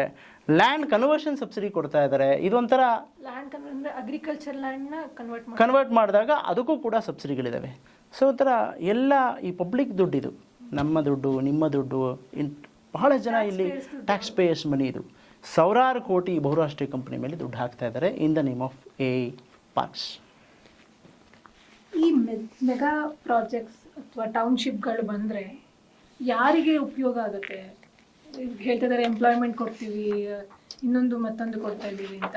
ಸೊ ಹೂ ಇಟ್ ಬೆನಿಫಿಟ್ಸ್ ಅಂತ. ನೀವು ಎಂಪ್ಲಾಯ್ಮೆಂಟ್ ಬಗ್ಗೆ ಭಾಳ ಚೆನ್ನಾಗಿರೋ ಒಂದು ಚರ್ಚೆಯನ್ನು ತೊಗೊತಾ ಇದ್ದೀರಿ. ಇಲ್ಲಿ ನೋಡಿ, ಇದು ಒಂದು ಒಳ್ಳೆ ಡಾಟಾ ಇದೆ ನಮ್ಮ ಹತ್ರ. ಓವರಾಲ್ ಇಡೀ ವಿಶ್ವದಲ್ಲಿ ರೋಬೋಟ್ಗಳು ಅಂತಿದ್ದಾವೆ ಇವಾಗ. ಎಗೆ ರೋಬೋಟ್ಸ್ ಅಂದ್ಬಿಟ್ಟಿದ್ದಾರೆ, ಹ್ಯೂಮನಾಯ್ಡ್ಸ್ ಅಂತ ಕರಿತೀವಿ. 4.66 ಮಿಲಿಯನ್ ರೋಬೋಟ್ಗಳು ಇವಾಗಲೇ ಎಸ್ಟಿಮೇಷನ್ ಪ್ರಕಾರ ಇದೆ. ಕೇಳಿಸ್ಕೊಳ್ಳಿ, 4.66 ಇಂಡಸ್ಟ್ರಿಯಲ್ ರೋಬೋಟ್ಗಳು ಎಲ್ಲ ಫ್ಯಾಕ್ಟ್ರಿಯಲ್ಲೂ ಕೂಡ ಇದ್ದಾವೆ. ಇದೊಂದು ಡಾಟಾ. ಒಂದು ರೋಬೋಟ್ ಮ್ಯಾನುಫ್ಯಾಕ್ಚರ್ ಮಾಡಲಿಕ್ಕೆ ನಮ್ಮ ದೇಶದಲ್ಲಿ $16,500 ಖರ್ಚಾಗುತ್ತೆ. ಯಾಕೆ ಅಂದರೆ ನಮ್ಮ ಇಂಡಿಯಾದಲ್ಲಿ ಮ್ಯಾನುಫ್ಯಾಕ್ಚರಿಂಗ್ ಚೀಪ್ ಅಂತ. ಸೊ ಮೊದಲಾಗಿ ರೋಬೋಟಿಕ್ಸ್ಗಳನ್ನೆಲ್ಲ, ಹ್ಯೂಮನಾಯ್ಡ್ಸ್ಗಳನ್ನೆಲ್ಲ ನಮ್ಮ ದೇಶದಲ್ಲಿರೋ ಫ್ಯಾಕ್ಟ್ರಿಗಳಲ್ಲೇ ನಮ್ಮನ್ನು ಉಪಯೋಗಿಸ್ಕೊಂಡೇ ರೋಬೋಟ್ಸ್ಗಳನ್ನ ಮಾಡ್ತಾರೆ. ಯಾಕೆ ಅಂದರೆ ಇಲ್ಲಿ ಇಂಜಿನಿಯರ್ಸ್ಗಳು ಕೊಡೋ ದುಡ್ಡು, ಲ್ಯಾಂಡ್ಗೆ ಕೊಡೋ ದುಡ್ಡು, ಎಲೆಕ್ಟ್ರಿಸಿಟಿ ದುಡ್ಡು ಕಮ್ಮಿ ಇರುತ್ತೆ ಬೇರೆ ಕಂಪೇರ್ ಮಾಡಿಕೊಂಡ್ರೆ ಅಂತ ನಮ್ಮ ಇಂಡಸ್ಟ್ರೀಸ್ಗಳಲ್ಲಿ ಫಸ್ಟ್ ಏನು ಮಾಡ್ತಾರೆ, ರೋಬೋಟಿಕ್ಸ್ನ ತಯಾರು ಮಾಡ್ತಾರೆ. ಆಗ್ಬೋದಾ? ಮೂರನೇ ಡಾಟಾ ಕೊಡ್ತೀನಿ. 162 ಇಂಡಸ್ಟ್ರಿಯಲ್ ರೋಬೋಟ್ಸ್ ಇದ್ದರೆ, ನಿಮ್ಮ ಇಂಡಸ್ಟ್ರಿಯಲ್ಲಿ 162 ಇದ್ದರೆ 10,000 ವರ್ಕರ್ಸ್ಗಳನ್ನ ತೆಗೆದುಹಾಕ್ಬೋದು. 162 ಇಂಡಸ್ಟ್ರಿಯಲ್ ರೋಬೋಟ್ಸ್ ಇಟ್ಕೊಂಡ್ರೆ ನಿಮ್ಮ ಇಂಡಸ್ಟ್ರಿಯಲ್ಲಿ 10,000 ಜನಗಳ ವರ್ಕರ್ಸ್ನ ಹೊರಗಡೆ ಹಾಕ್ಬೋದು ಅಂತ ಒಂದು ಲೆಕ್ಕಾಚಾರ. ಇದು ಮೂರನೇ ಲೆಕ್ಕಾಚಾರ. ಇದೆಲ್ಲ ಆದಮೇಲೆ ನಮ್ಮಲ್ಲಿ ವರ್ಲ್ಡ್ ಬ್ಯಾಂಕ್ ಪ್ರೊಜೆಕ್ಷನ್ಸ್ ಹೇಳ್ತಾ ಇದ್ದಾವೆ, ಇಷ್ಟೆಲ್ಲ ಆದರೆ ಇಂಡಿಯಾದಲ್ಲಿ ಮ್ಯಾಸಿವ್ ಅನ್ಎಂಪ್ಲಾಯ್ಮೆಂಟ್ ಕ್ರಿಯೇಟ್ ಆಗುತ್ತೆ 2030-32ಕ್ಕೆ. ಹೇಗೆ ಅಂತ ಕೇಳಿದರೆ, ರೋಬೋಟ್ಸ್ನ ನಾವೇ ತಯಾರು ಮಾಡಿಕೊಟ್ಬಿಟ್ಟಿದ್ವಿ.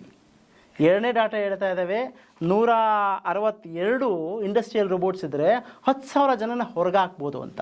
ಆ ಒಂದು ಎಸ್ಟಿಮೇಷನ್ ಪ್ರಕಾರ, ಈ ಒಂದು ಲೆಕ್ಕಾಚಾರದ ಪ್ರಕಾರ 69% ಎಕ್ಸಿಸ್ಟಿಂಗ್ ಜಾಬ್ ಏನಿದೆ, ಇಂಜಿನಿಯರ್ಸ್ಗಳ ಜಾಬ್ ಏನಿದೆ, ಡಾಕ್ಟರ್ಸ್ಗಳ ಜಾಬ್ ಇದೆ, ಡೆಂಟಿಸ್ಟ್ಗಳ ಜಾಬ್ ಇದ್ದಾವೆ, ಎಲ್ಲ ಹ್ಯೂಮನಾಯ್ಡ್ಸ್ಗಳು ಬಂದು ಕೂತ್ಕೊಳ್ತಾ ಹೋಗುತ್ತೆ 69% ಅಷ್ಟು ಲೆಕ್ಕಾಚಾರದ ಪ್ರಕಾರ. ಹೀಗೆ ಎಸ್ಟಿಮೇಟ್ ಮಾಡಿಕೊಂಡಾಗ 490 ಮಿಲಿಯನ್ ವರ್ಕರ್ಸ್ಗಳು ಬೀದಿ ಪಾಲಾಗ್ತಾರೆ. ಇದು ಡಾಟಾ ಕೊಡ್ತಾ ಇರೋದು ವರ್ಲ್ಡ್ ಬ್ಯಾಂಕ್ ಪ್ರೊಜೆಕ್ಷನ್ಸ್ಗಳಿವು. ಈ ವರ್ಲ್ಡ್ ಬ್ಯಾಂಕ್ ಪ್ರೊಜೆಕ್ಟ್ ಮಾಡ್ತಾ ಇದ್ದಾವೆ, India will get in to massive unemployment just in the span of 2030-2032. ಇನ್ನು 6-7 ವರ್ಷದಲ್ಲಿ ಈ ಒಂದು ಮ್ಯಾಸಿವ್ ಅನ್ಎಂಪ್ಲಾಯ್ಮೆಂಟ್ಗೆ ನಾವು ನಾಂದಿ ಹೇಳ್ತೀವಿ ಅಂತ. ಅಂದರೆ ಏನು ಉಪಯೋಗ? ಎಂಪ್ಲಾಯ್ಮೆಂಟು ಇಲ್ಲ, ಏನೂ ಇಲ್ಲ ಅಂದರೆ, ಸೊ MNCಗಳು ಮಾತ್ರ ಬೆನಿಫಿಟ್ಸ್ ತೊಗೊಂಡು ಹೋಗ್ತಿದ್ದಾವ ಈ ಸಿಚುವೇಶನಿಂದ? ನೀವು ಆ ಪ್ರಶ್ನೆ ಕೇಳೋದಾದರೆ, ನೀವು ಬ್ರಿಟಿಷ್ ಟೈಮಲ್ಲಿ ಹೋಗಿ ನೋಡಿ, ನಮ್ಮ ದೇಶಗಳನ್ನ ಬಂದು ಭಾಳ ಕಮ್ಮಿ ಜನ ಬಂದು ಕಬ್ಜಾ ಮಾಡಿದ್ರು, ಜಾಸ್ತಿ ಇರಲಿಲ್ಲ. ನಮ್ಮ ದೇಶದಲ್ಲಿ ಇರೋರೆಲ್ಲ ಸೇರ್ಕೊಂಡು ಬ್ರಿಟಿಷ್ ಜೊತೆ ಸೇರ್ಕೊಂಡು ನಮ್ಮ ದೇಶನೇ ಹಾಳು ಮಾಡಿದ್ರು. ಸೊ ಬ್ರಿಟಿಷರು ಮೊದಲನಾಗಿ ತಂದಿದ್ದೇ ರೈಲ್ವೆ ಪ್ರಾಜೆಕ್ಟ್ಸ್ಗಳು. ಮೊದಲು ರೈಲ್ಗಳು ತಂದರು. ನಾವೇನೋ ರೈಲ್ ನಮಗೇನೋ ಓಡಾಡೋಕ್ಕೆ ಚೆನ್ನೈ ಟು ಬೆಂಗಳೂರು ಓಡಾಡ್ತೀವಿ ಅಂತ ಅಂದ್ಕೊಂಡ್ಬಿಟ್ಟಿದ್ವಿ ನಾವು ಬ್ರಿಟಿಷ್ ಬಂದಾಗ. ಆ ಜನಗಳು ಅದು ಹಂಗಲ್ಲ, ಇಲ್ಲಿರುವಂಥ ನ್ಯಾಚುರಲ್ ರಿಸೋರ್ಸ್ಗಳನ್ನ ತೆಗೆದು ಸಾಗಿಸಿದ್ರು, ಕಳಿಸಿದ್ರು. ಅಲ್ಲಿಂದ ಆ ದೇಶಗಳಿಗೆ ತಗೊಂಡವರು ಏನಾರು ಆಗಿರ್ಬೋದು. ಈಗಲೂ ಕೂಡ ಇದೊಂದೇ ಅಲ್ಲ, ನಾನು ಬರೀ ಬಿಡದಿ ಅವು ಇವು ಮಾತಾಡ್ತಾ ಇಲ್ಲ. ಈ ಹೈವೇ ಪ್ರಾಜೆಕ್ಟ್ಸ್ಗಳು ಭಾಳ ಜೋರಾಗಿ ರನ್ ಆಗ್ತಾ ಇದ್ದಾವೆ. ಅಬ್ಸರ್ವ್ ಮಾಡಿ ನೋಡಿ, Bengaluru to Mysuru highway fast, Mysuru to Mangalore fast, Mysuru to Bangalore to Tumakuru ಭಾಳ ಫಾಸ್ಟು, ತುಮಕೂರು ಟು ಪುಣೆ ಭಾಳ ಫಾಸ್ಟು. ಹೈವೇ ಪ್ರಾಜೆಕ್ಟ್ಸ್ ರನ್ ಆಗ್ತಾ ಇದ್ದಾವೆ. ಈ ಹೈವೇ ಪ್ರಾಜೆಕ್ಟ್ಸ್ ರನ್ ಆಗ್ತಾ ಇರೋದು ತಪ್ಪು ತಿಳ್ಕೊಂಡಿರೋ ಜನಗಳು ಅವರ ನೆಸಸರಿಗೋಸ್ಕರ ಅಂತ. ಇದು ಅವ್ರ ನೆಸಸರಿಗೋಸ್ಕರ ಅಲ್ಲ. ಇಲ್ಲಿರೋಂಥ ಗೂಡ್ಸ್ ಆ್ಯಂಡ್ ಸರ್ವೀಸಸ್, ಪ್ರೊಡಕ್ಷನ್ ಆಗಿರೋ ಗೂಡ್ಸ್ ಆ್ಯಂಡ್ ಸರ್ವೀಸಸ್ನ ಟಕ್ಕಂತ ತೊಗೊಂಡೋಗಿ ಅವರು ಪೋರ್ಟ್ಗೆ ಹಾಕಬೇಕು, ಪೋರ್ಟ್ಗಿಂದ ಅವ್ರ ದೇಶಕ್ಕೆ ಹಾಕಬೇಕು. ಹಾಗಾಗಿ road expansion theory, in the name of road expansion theory also, for example in Tumakuru, ಅಲ್ಲೂ ಕೂಡ ನಿಮ್ಗೆ ಲಿಂಕ್ ರೋಡ್ ಮಾಡ್ತೀವಿ, ಇದೇ ಹೈವೇ ಇದೆ, ಲಿಂಕ್ ರೋಡ್ ಒಂದು ಮಾಡ್ತೀವಿ ಅಂತ ಅಲ್ಲೂ ಕೂಡ ಅಗ್ರಿಕಲ್ಚರ್ ಲ್ಯಾಂಡ್ಸ್ಗಳನ್ನ ಕಬಳಿಸ್ತಾ ಇದ್ದಾರೆ. ಅಲ್ಲಿ 700-800 ಎಕರೆ. ಅಲ್ಲೂ ಕೂಡ ಏನಂದರೆ ಅಲ್ಲೊಂದು DPRನ ಮಾಡ್ತಾರೆ. ಆ DPRಲ್ಲೂ ಕೂಡ ಬರೀ ನ್ಯೂನ್ಯತೆಗಳೇ. ಇಲ್ಲೆಲ್ಲ ಡ್ರೈ ಆಗಿದ್ದಾವೆ, ಇಲ್ಲೆಲ್ಲ ಜನಗಳನ್ನ ಕೇಳಿದ್ದೀವಿ, ಈ ಜನಗಳೆಲ್ಲ ಒಪ್ಪಿಗೆ ಪಡೆದುಬಿಟ್ಟಿದ್ದಾರೆ. ಇದು ಮಾಮೂಲಿ ಆಗಿಬಿಟ್ಟಿದ್ದಾವೆ. ಜನಗಳು ಒಪ್ಪಿಗೆ ಪಡ್ತಿದ್ದೀವಿ ಅಂತ ಯಾವ ಜನಗಳು ಒಪ್ಪಿಗೆ ಪಡ್ತಿದ್ದಾರೋ ನನಗಂತೂ ಗೊತ್ತಿಲ್ಲ. ಸೊ ಹೀಗಾಗಿ ಇದೆಲ್ಲ ಒಂದು it has become a big mafia. Land banking has become a mafia. ಅರ್ಥ ಆಗ್ತಿಲ್ಲ ಜನಗಳಿಗೆ. ನಮ್ಮ ದೇಶದ ಅಸೆಟ್ಸ್ಗಳನ್ನ, ನಮ್ಮ ದೇಶದ ಜನಗಳನ್ನ ಯಾವುದೋ ಕಂಪನಿಗಳಿಗೆ ಮಾರಾಟ ಮಾಡ್ತಾರೆ. ನನಗನ್ಸುತ್ತೆ ಇದು ಹೊಸದೇನಲ್ಲ, ಇದು ಬ್ರಿಟಿಷ್ ಕಾಲದಿಂದನೂ ಪೋರ್ಚುಗಲ್ ಕಾಲದಿಂದ ನಡ್ಕೊಂಡ್ಬಂದ್ಬಿಟ್ಟಿದೆ.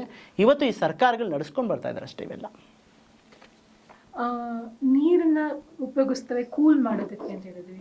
So it is understood that ತುಂಬ ಹೀಟ್ ಜನ್ರೇಟ್ ಮಾಡ್ತವೆ ಸಿಸ್ಟಮ್ಗಳು ಅಂತ. ಹೀಟ್ ಜನ್ರೇಷನಿಂದ ಏನೇನು ಅಫೆಕ್ಟ್ ಆಗ್ತಾ ಇದೆ ಅಂತ? ಇದು ನಿಮಗೆ ಕೆಮಿಸ್ಟ್ರಿ ಭಾಳ ಸುಲಭ. ಯಾವುದನ್ನ ಒಂದು ಪದಾರ್ಥ ಸಿಕ್ಕಾಪಟ್ಟೆ ಬಿಸಿಯಾದಾಗ ಅದು ಹೊರ ಜಾಗವನ್ನು ಭಾಳ ಬಿಸಿ ಮಾಡ್ತಾ ಹೋಗ್ತವೆ. ಹಾಗಾಗಿ ಅವ್ರು ನೀರನ್ನು ಉಪಯೋಗಿಸ್ಕೊಂಡು ಕೂಲ್ ಮಾಡ್ತಾರೆ. ನೀರು ಕೂಡ ಎವಾಪರೇಷನ್ ಆಗ್ತಾ ಇದೆ, ಇನ್ನೆಷ್ಟು ಬಿಸಿ ಅಂತ ಅರ್ಥ ಮಾಡ್ಕೊಳ್ಳಿ.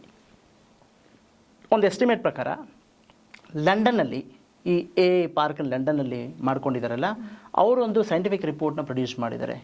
ಇದು ಯಾವಾಗ ಈ ಪಾರ್ಕ್ ರೆಡಿ ಮಾಡಿ 1 ವರ್ಷ ಆಗಿದ ಕೂಡಲೇ ಅದು ಕಂಟಿನ್ಯೂಸ್ ಸೌಂಡ್ ಎಮಿಷನ್ ಆಗ್ತಾ ಇದ್ದಾವೆ. ಅದು ಅನ್ಟಾಲರಬಲ್ ನಾಯ್ಸ್. ಸುತ್ತಮುತ್ತ ಯಾವ ಪ್ರಾಣಿ ಪಕ್ಷಿಗಳು ಇಲ್ಲ, including some species of plants ಕೂಡ ಬದುಕ್ತಾ ಇಲ್ಲ ಅಲ್ಲೆಲ್ಲ. ಇದು ಒಂದು massive ecological destruction. Number 2, it produces enormous amount of heat. ಆವಾಗ ಟೆಂಪ್ರೇಚರ್ ಸುತ್ತಮುತ್ತ ಏನಾಗಿದೆ, ನಿಯರ್ ಬೈ 5 ಕಿಲೋಮೀಟರ್ಸಲ್ಲಿ 3.6 ಡಿಗ್ರಿ ಸೆಲ್ಸಿಯಸ್ ರೈಸ್ ಆಗಿದೆ. ಇವತ್ತು ಕ್ಲೈಮೇಟ್ ಎಮರ್ಜೆನ್ಸಿ ಮಾತಾಡ್ತೀವಿ, ಇವತ್ತು ಎಲ್ಲ ಕಡೆ ಬಿಸಿ ಆಗ್ತಾ ಇದ್ದಾವೆ, ಮರಗಳು ನೆಡಿ ಅಂತ ಕರೆ ಕೊಡ್ತೀರಿ. ಲೈಫ್ ಸ್ಟೈಲ್ ಫಾರ್ ಎನ್ವಿರಾನ್ಮೆಂಟ್ ಅಂತ ಕರೆ ಕೊಡ್ತೀರಿ, ಪದಗಳ ಪಂಚಗಳು ಮಾತಾಡ್ತಾ ಇದ್ದಾರೆ ಸರ್ಕಾರದವರು. But end of the day ಈ ಥರ ಒಂದು ಪ್ರಾಜೆಕ್ಟ್ಗಳನ್ನ ಇನಿಷಿಯೇಟ್ ಮಾಡಿ ಗ್ಲೋಬಲ್ ವಾರ್ಮಿಂಗ್ನ 5 ಪಟ್ಟು 6 ಪಟ್ಟು ಮೇಲಕ್ಕೆ ಹೋಗ್ತಾ ಇದ್ದಾವೆ. ಪ್ಯಾರಿಸ್ ಟ್ರೀಟಿ 1.5 ಇರಲಿ, ಈಗಾಗಲೇ 2.5 ರೀಚ್ ಆಗಿದ್ದೀವಿ. ಇನ್ನೆಲ್ಲಿ ಕರ್ಕೊಂಡೋಗಿ ಕ್ಯಾಟಸ್ಟ್ರೋಫಿಕ್ ಎಫೆಕ್ಟ್ ನಮ್ಗೆ ಕರ್ಕೊಂಡೋಗಿ ಬಿಡ್ತಾರೆ, ಅದು ಭಗವಂತನಿಗೆ ಗೊತ್ತಿದೆ. ಈಗ ಹೀಟಿಂಗ್ ಆಯಿತು, ವಾಟರ್ ಡಿಪ್ಲಿಷನ್ ಆಯಿತು, ಮತ್ತು natural resources depletion over all ಅಂದಮೇಲೆ ನಿಮ್ಮ ಆಶ್ರಮ ಒಂದು ಸತ್ಯಾಗ್ರಹಕ್ಕೆ ಕರೆ ಕೊಟ್ಟಿದೆ ಅಂತ ಕೇಳಿದ್ದೀನಿ, ಮಣ್ಣು ಮತ್ತು ನೀರಿನ ಸತ್ಯಾಗ್ರಹ. ಅದು ಯಾಕೆ, ಯಾರಿಗಾಗಿ, ಯಾರೆಲ್ಲ ಭಾಗವಹಿಸ್ಬೋದು ಅದರಲ್ಲಿ? ಇದು ಭಾಳ ಸೂಕ್ಷ್ಮ ವಿಚಾರ ಅಂತ ಆಶ್ರಮ ಪರಿಗಣಿಸಿದೆ. ಇದರಲ್ಲಿ ಮನುಷ್ಯನ ಬದುಕು ಉಂಟು. ಮನುಷ್ಯ ಮಾತ್ರ ಅಲ್ಲ, ಬೇರೆ ಸ್ಪೀಸೀಸ್ಗಳು ಬದುಕಬೇಕು. ಬೇರೆ ಸ್ಪೀಸೀಸ್ ಒಂದೇ ಅಲ್ಲ, ನಮ್ಮ ನೆಕ್ಸ್ಟ್ ಜನ್ರೇಷನ್ನು ಬದುಕಬೇಕು. ಅವು ಕೇಳ್ತವೆ, ಅಮ್ಮ ಏನು ಮಾಡಿಟ್ಟಿದ್ದಿ, ಆಸ್ತಿ ಮಾಡಿಟ್ಟಿದ್ದಿ, ಅರ್ಧ ಸೈಟ್ ಅಲ್ಲ, ನೀರಿದೆ ಕುಡಿಲಿಕ್ಕೆ, ಸ್ವಚ್ಛವಾದ ನೀರಿದೆ, ಒಳ್ಳೆ ಫರ್ಟೈಲ್ ಭೂಮಿ ಇದೆ, ಬೆಳಕು ಚೆನ್ನಾಗಿ ಬೀಳ್ತಾ ಇದೆ ಅಂದರೆ ಹೆಂಗೋ ಬದುಕ್ತವೆ. ಹೀಗೆ ಸಾವಿರಾರು ವರ್ಷ ಬದುಕಿದ್ದೀವಿ ನಾವೆಲ್ಲ, ಇನ್ನು ಮುಂದೆನೂ ಬದುಕ್ತೀವಿ ಇದೆಲ್ಲ ಬಿಟ್ಟು ಹೋದರೆ. ಸೊ ಈ ಮಣ್ಣು ಮತ್ತು ನೀರು ನಮ್ಗೆ ಭಾಳ ಇಂಪಾರ್ಟೆಂಟ್ ಅಂತ ಪಂಚಭೂತಗಳಲ್ಲಿ, ಈ ಫಿಸಿಕಲ್ ಪ್ಯಾರಾಮೀಟರ್ಗಳಲ್ಲಿ 2 ಭಾಳ ಮುಖ್ಯವಾದದ್ದು ಮಣ್ಣು ಮತ್ತು ನೀರು. ಅದು ಎರಡೇ ಇವಾಗ ಕಬಳಿಸ್ತಾ ಇದ್ದಾರೆ ಬಹುರಾಷ್ಟ್ರೀಯ ಕಂಪನಿಗಳು. ಆ ನಿಟ್ಟಿನಲ್ಲಿ ನಾವು ಒಂದು ಸತ್ಯಾಗ್ರಹವನ್ನು ನೀವು ಹೇಳಿದಾಗೆ ಕರೆ ಕೊಡ್ತಾ ಇದ್ದೀವಿ. ಆಗಸ್ಟ್ 6, 7 ಮತ್ತು 8. ಆಗಸ್ಟ್ 6ನೇ ತಾರೀಕು ಲ್ಯಾಂಡ್ ರೈಟ್ಸ್ ಆ್ಯಕ್ಟಿವಿಸ್ಟ್ಗಳು, PV ರಾಜಗೋಪಾಲ್ ಆಗಿರ್ಬೋದು, ಬಹಳ ಜನ ಬರ್ತಾ ಇದ್ದಾರೆ ನ್ಯಾಷನಲಿ. ಇವರೆಲ್ಲ ಇನ್ವಾಲ್ವ್ ಆಗ್ತಾರೆ. ಫಾರ್ಮರ್ಸ್ ಆರ್ಗನೈಸೇಷನ್ಸ್ಗಳಿದ್ದಾವೆ, ಲೇಬರ್ಸ್ ಯೂನಿಯನ್ಗಳಿದ್ದಾವೆ, ಯಾರ್ಯಾರು ಭೂಮಿಗಳನ್ನ ಕಳ್ಕೊಳ್ತಾ ಇದ್ದಾರೆ ಅವ್ರುಗಳು ಬರ್ತಾ ಇದ್ದಾರೆ. ಸುತ್ತಮುತ್ತ ತುಮಕೂರಲ್ಲೂ ಬಹಳ ಜನ ಕಬ್ಜೆ ಮಾಡ್ತಾ ಇದ್ದಾರೆ ಲ್ಯಾಂಡ್ಸ್ನ, ಅವರು ಬರ್ತಾ ಇದ್ದಾರೆ. ಒಂದು ಮ್ಯಾಸಿವ್ ಕನ್ಸಂಟ್ರೇಷನ್ ಆಗುತ್ತೆ 6ನೇ ತಾರೀಕು. 7ನೇ ತಾರೀಕು ಅದೇ ರೀತಿ ನೀರಿನ ಮೇಲೆ ಭಾಳಷ್ಟು ಜನ ನೀರಿನ ಮೇಲೆ ತುಂಬ ಒಳ್ಳೊಳ್ಳೆ ಕೆಲಸ ಮಾಡಿದ್ದಾರೆ ನ್ಯಾಷನಲ್ ಲೆವೆಲಲ್ಲಿ. ಅದರದ್ದು ಪಾಲಿಸಿಯನ್ನು ಬೇಕಾಗಿದ್ದಾವೆ. ಇವತ್ತು ಲ್ಯಾಂಡ್ ಯೂಸ್ ಪಾಲಿಸಿ ಭಾಳ ಇಲ್ಲ ಇಲ್ಲಿ ನಮ್ಮ ದೇಶದಲ್ಲಿ. ಆ ಲ್ಯಾಂಡ್ ಯೂಸ್ ಪಾಲಿಸಿ ಮೇಲೆ ಹೋರಾಟ ಮಾಡ್ತಿರೋ ಜನಗಳನ್ನೆಲ್ಲ ಕರೆ ಹಾಕಿ 7ನೇ ತಾರೀಕು ಆ ಸತ್ಯಾಗ್ರಹ ಎಂಡಾಗುತ್ತೆ. ಇನ್ನು 8ನೇ ತಾರೀಕು, ಆಗಸ್ಟ್ 8ನೇ ತಾರೀಕು ಒಂದು ಮ್ಯಾಸಿವ್ ಜಾಥಾನ ನಾವು ತಗೊಳ್ತಾ ಇದ್ದೀವಿ, ಕಾಲ್ನಡಿಗೆ ಜಾಥಾ. ನಮ್ಮ ಆಶ್ರಮದಿಂದ ಒಂದು district commissioner office which is ರಫ್ಲಿ ಅರೌಂಡ್ 12 ಕಿಲೋಮೀಟರ್ಸ್ ಬರ್ತದೆ ಅಷ್ಟೇ. ಅದರಲ್ಲಿ ನಾವು ಮ್ಯಾಸಿವ್ ಕಾಲ್ನಡಿಗೆ ಜಾಥಾ, ಅಂದಾಜು ಎಸ್ಟಿಮೇಷನ್ ಪ್ರಕಾರ 3,000-3,500 ಜನಗಳು ಕೂಡುವಂಥ ಲೆಕ್ಕಾಚಾರ ಇದ್ದಾವೆ. ಹೋಗಿ ಸರ್ಕಾರಕ್ಕೆ ಒಂದಷ್ಟು ಮೆಮೊರಂಡಮ್ನ ಕೊಟ್ಟು, ನೀವು ಸರ್ಕಾರದವರು ತಪ್ಪು ಮಾಡ್ತಿದ್ದೀರಿ, ಕಾನ್ಸ್ಟಿಟ್ಯೂಷನ್ ರೈಟ್ಸ್ಗಳನ್ನ ನೀವು ಅಗೇನ್ಸ್ಟಾಗಿ ನೀವೇ ನಡ್ಕೊತಾ ಇದ್ದೀರಿ, ನೀವು ಹೇಳ್ತಾ ಇದ್ದೀರಿ ನಾವು ಕಾನ್ಸ್ಟಿಟ್ಯೂಷನ್ ಎತ್ತಿಡಬೇಕು ಅಂತ. ಫಂಡಮೆಂಟಲ್ ರೈಟ್ಸ್ಗಳಿದ್ದಾವೆ ನಮ್ಮಲ್ಲಿ, ಲೈವ್ಲಿಹುಡ್ ಇದ್ದಾವೆ, ಡೀಸೆಂಟ್ ಲಿವಿಂಗ್ ಇದ್ದಾವೆ, ಇವೆಲ್ಲ ಭಾಳಷ್ಟು ಕಾನ್ಸ್ಟಿಟ್ಯೂಷನ್ ನಮ್ಮಲ್ಲಿ. ಇವಕ್ಕೆಲ್ಲ ನೀವೇ ಅಗೇನ್ಸ್ಟ್ ಆಗಿದ್ದಾರೆ. ಹೇಗೆ ಯಾರು ಉಳಿಸ್ಬೇಕು ಅಂತ ಹೇಳುತ್ತೋ ಈ ಸರ್ಕಾರಗಳು, ಅವರೆಲ್ಲ ಓದ್ ತೊಗೊಳ್ಬೇಕಾದ್ರೆ ಅದೇ ಕಾನ್ಸ್ಟಿಟ್ಯೂಷನ್ ಮೇಲೆ ನಾವು ಪ್ರಮಾಣ ಮಾಡ್ತೀವಿ. ಸೊ ಜನಗಳೇ ಅಲ್ವಾ ಕಾನ್ಸ್ಟಿಟ್ಯೂಷನ್ ಅಂದರೆ, ಡೆಮೋಕ್ರಸಿ ಅಂದರೆ ಏನು, ಜನ ಅಲ್ವಾ? ಇವ್ರನ್ನೇ ನೀವು ಒಕ್ಕಲೆಬ್ಬಿಸ್ಬಿಟ್ಟು ಏನು ಮಾಡಬೇಕಂತಿದ್ದೀರಿ? ಇನ್ನೊಮ್ಮೆ ನಾವು ಬುದ್ಧಿ ತಾಳು ಪದ್ಧತಿಗೆ ಕರ್ಕೊಂಡು ಹೋಗಬೇಡಿ, ಒಂದಷ್ಟು ಮನದಟ್ಟು ಮಾಡಬೇಕಾಗತ್ತೆ ಸರ್ಕಾರಗಳಿಗೆ. ಸೊ ಈ ನಿಟ್ಟಿನಲ್ಲಿ ನಾವು ಸತ್ಯಾಗ್ರಹ ಕಾರ್ಯಕ್ರಮವನ್ನು 3 ದಿನ ತಗೊಳ್ತಾ ಇದ್ದೀವಿ. ಇಫ್ ಇಟ್ ಆಲ್ ಅದು ಏನಾದರೂ ಸರ್ಕಾರ ಬಗ್ಲಿಲ್ಲ ಅಂದರೆ ಅದು ನಿತ್ಯ ಇನ್ನೊಂದು ಸತ್ಯಾಗ್ರಹಕ್ಕೆ ನಾಂದಿ ಆಗುತ್ತೆ. ಹಾಗೆ ಈ ಔಟ್ಕಮ್ ಆಫ್ ದ ಸತ್ಯಾಗ್ರಹ, ಈಗ ಸರ್ಕಾರ ಕೇಳ್ತು ನಿಮ್ಮ ಮಾತುಗಳನ್ನ, ಅಂದರೆ ನೀವು ಅದನ್ನು ಹಿಂಗೆ ಔಟ್ಕಮ್ ಏನು ಎಕ್ಸ್ಪೆಕ್ಟ್ ಮಾಡ್ತಿದ್ದೀರಾ ನಿಮ್ಮ ಸತ್ಯಾಗ್ರಹದಿಂದ? ಸತ್ಯಾಗ್ರಹದಿಂದ ಮೊದಲನೇದು ಒಂದಂತೂ ಗ್ಯಾರಂಟಿ, ಸರ್ಕಾರ ಮಾಡುತ್ತೆ ಬಿಡುತ್ತೆ. ಆಮೇಲೆ ಈ ಪಾರ್ಕ್ನ ಆಗುವಂಥ ಡ್ಯಾಮೇಜಿಂಗ್ ಸೈನ್ಸ್ಗಳು 10 ವರ್ಷ 15 ವರ್ಷ ಆದಮೇಲೆ ಏನು ಕ್ಯಾಟಸ್ಟ್ರೋಫಿಕ್ ಎಫೆಕ್ಟ್ ಆಗುತ್ತೆ ಈ ದೇಶದ ಮೇಲೆ, ಅದನ್ನು ಅವೇರ್ನೆಸ್ ಪ್ರೋಗ್ರಾಮ್ ಅಂತ ನಾವು ಮಾಡ್ತೀವಿ. ಇದು ಜನಗಳಿಗೆ ರೀಚ್ ಆಗಲೇಬೇಕು. ಒಮ್ಮೆ ಜನಗಳಿಗೆ ರೀಚ್ ಆದಾಗ ಅದು ಬೇರೆ ಆಯಾಮನೆ ತೊಗೊಳುತ್ತೆ ಅಂತ ನಾವು ನಂಬಿದ್ದೀವಿ. ನಂಬರ್ 2, ಲ್ಯಾಂಡ್ ಯೂಸ್ ಪಾಲಿಸಿ ಅಂತ ಬರಬೇಕು. ಯಾವುದೋ ಭೂಮಿನ ತೊಗೊಳ್ಳೋದಲ್ಲ, ಯಾವುದೋ ನೀರನ್ನು ತೊಗೊಳ್ಳೋದಲ್ಲ, ಸಿಕ್ಕಿದಂಗೆಲ್ಲ ಪವರ್ ತೊಗೊಳ್ಳೋದಲ್ಲ. ನೀವು ಇಷ್ಟ ಬಂದಂಗೆ ಮಾಡೋಕ್ಕಾಗೋದಿಲ್ಲ. ಅದಕ್ಕೊಂದು ಲ್ಯಾಂಡ್ ಯೂಸ್ ಫ್ರೇಮ್ವರ್ಕ್ ಪಾಲಿಸಿ ಬಂದುಬಿಟ್ರೆ, ಕಾಡು ಜಮೀನು ಅಂದರೆ ಯಾವುದು, ಗೋಮಾಳ ಜಮೀನು ಅಂದರೆ ಯಾವುದು, ನೀರಾವರಿ ಯಾವುದು, ಎಲ್ಲಿ ಇಂಡಸ್ಟ್ರೀಸ್ ಮಾಡಬೇಕು, ಎಲ್ಲಿ ಮಾಡಬಾರ್ದು, it has to be defined in the policy. Right now there is no policy. ಸಿಕ್ಕಿದ್ರೆ ಕೈ ಇಡ್ತಾ ಇದ್ದಾರೆ, ಅದಾಗಬಾರ್ದು. They should be a land use policy. This is number 2. Number 3 is that next generation ಅನ್ಎಂಪ್ಲಾಯ್ಮೆಂಟಿಂದ ತತ್ತರಿಸಿ ಹೋಗ್ತಾ ಇದ್ದಾರೆ. ಇದು ಕಣ್ಣಿಗೆ ರಾಚ್ತಾ ಇದೆ. ನೀವು ನೋಡ್ಬೋದು, ಮೊನ್ನೆ ಎಲ್ಲ ನೀಟ್ ಹಗರಣಗಳು ಮಾಡ್ತಾ ಇದ್ದಾರೆ ದಂಧೆಗಳು. ಸೊ ಇಲ್ಲಿ ಅನ್ಎಂಪ್ಲಾಯ್ಮೆಂಟ್ ಕ್ರೈಸಿಸ್ ತುಂಬ ಜಾಸ್ತಿ ಆಗುತ್ತೆ. ಅದು ಆಗಲೇ ರಿಸರ್ವ್ ಬ್ಯಾಂಕ್ಗಳು ಮಾತಾಡ್ತಾ ಇದ್ದಾವೆ, ಆಗಲೇ ಜನಗಳು ಮಾತಾಡ್ತಾ ಇದ್ದಾರೆ ಅನ್ಎಂಪ್ಲಾಯ್ಮೆಂಟ್ ಬಗ್ಗೆ. ಅದು ಕಣ್ಣಿಗೆ ಕಾಣ್ತಾನೂ ಇದೆ. ಈಗ ಒಬ್ಬ ಅಗ್ರಿಕಲ್ಚರ್ ಗ್ರ್ಯಾಜುಯೇಟ್ಸು, ಇಂಜಿನಿಯರಿಂಗ್ ಗ್ರ್ಯಾಜುಯೇಟ್ಸು ಹೊರಗಡೆ ಬಂದಮೇಲೆ ಏನು ಮಾಡಬೇಕು ಅಂತಲೇ ಗೊತ್ತಾಗ್ತಾ ಇಲ್ಲ. ತುಂಬ ಕಂಪನಿಯವರು ಹೊರಗಡೆ ಆಗ್ತಾ ಇದ್ದಾರೆ. ಫ್ರೆಷರ್ಸ್ಗಳನ್ನ ತೊಗೊಳ್ತಾನೆ ಇಲ್ಲ. ಮತ್ತು ವಿದ್ಯೆ ಅಂದರೆ ಏನು, ಮತ್ತು ಯಾಕೆ ಮಾಡಬೇಕು, ಇಷ್ಟು ಕಾಸ್ಟ್ಲಿಯೆಸ್ಟ್ ವಿದ್ಯೆಗಳು ತೊಗೊಂಡು ಜನಗಳು ಏನು ಮಾಡಬೇಕು? ಸೊ ಆ 3ನೇ ಪ್ರಶ್ನೆಗಳನ್ನ ನಾವು ರೈಸ್ ಮಾಡ್ತಾಯಿದ್ವಿ. 4ನೇದು ಫ್ರೆಶ್ ವಾಟರ್. ಅದು ಭಾಳ ಕಮ್ಮಿ ಇದೆ. ನೀವು ರೀಸೆಂಟಾಗಿ ನೋಡ್ಬೋದು, ಈಗ ಬರ ಶುರುವಾಗುತ್ತೆ, ಇನ್ನು ರೀಸೆಂಟಾಗಿ ಬರ ಶುರುವಾಗುತ್ತೆ. ಈಗ ಕುಡಿಲಿಕ್ಕೆ ನೀರಿರಲ್ಲ. ಪಾವಗಡದಲ್ಲಿ, ಮಧುಗಿರಿಯಲ್ಲಿ, ಸಿರಾದಲ್ಲಿ, ಭಾಳ ಜಾಗಗಳಲ್ಲಿ ಕುಡಿಲಿಕ್ಕೆ ನೀರಿಲ್ಲ ಜನಗಳಿಗೆಲ್ಲ.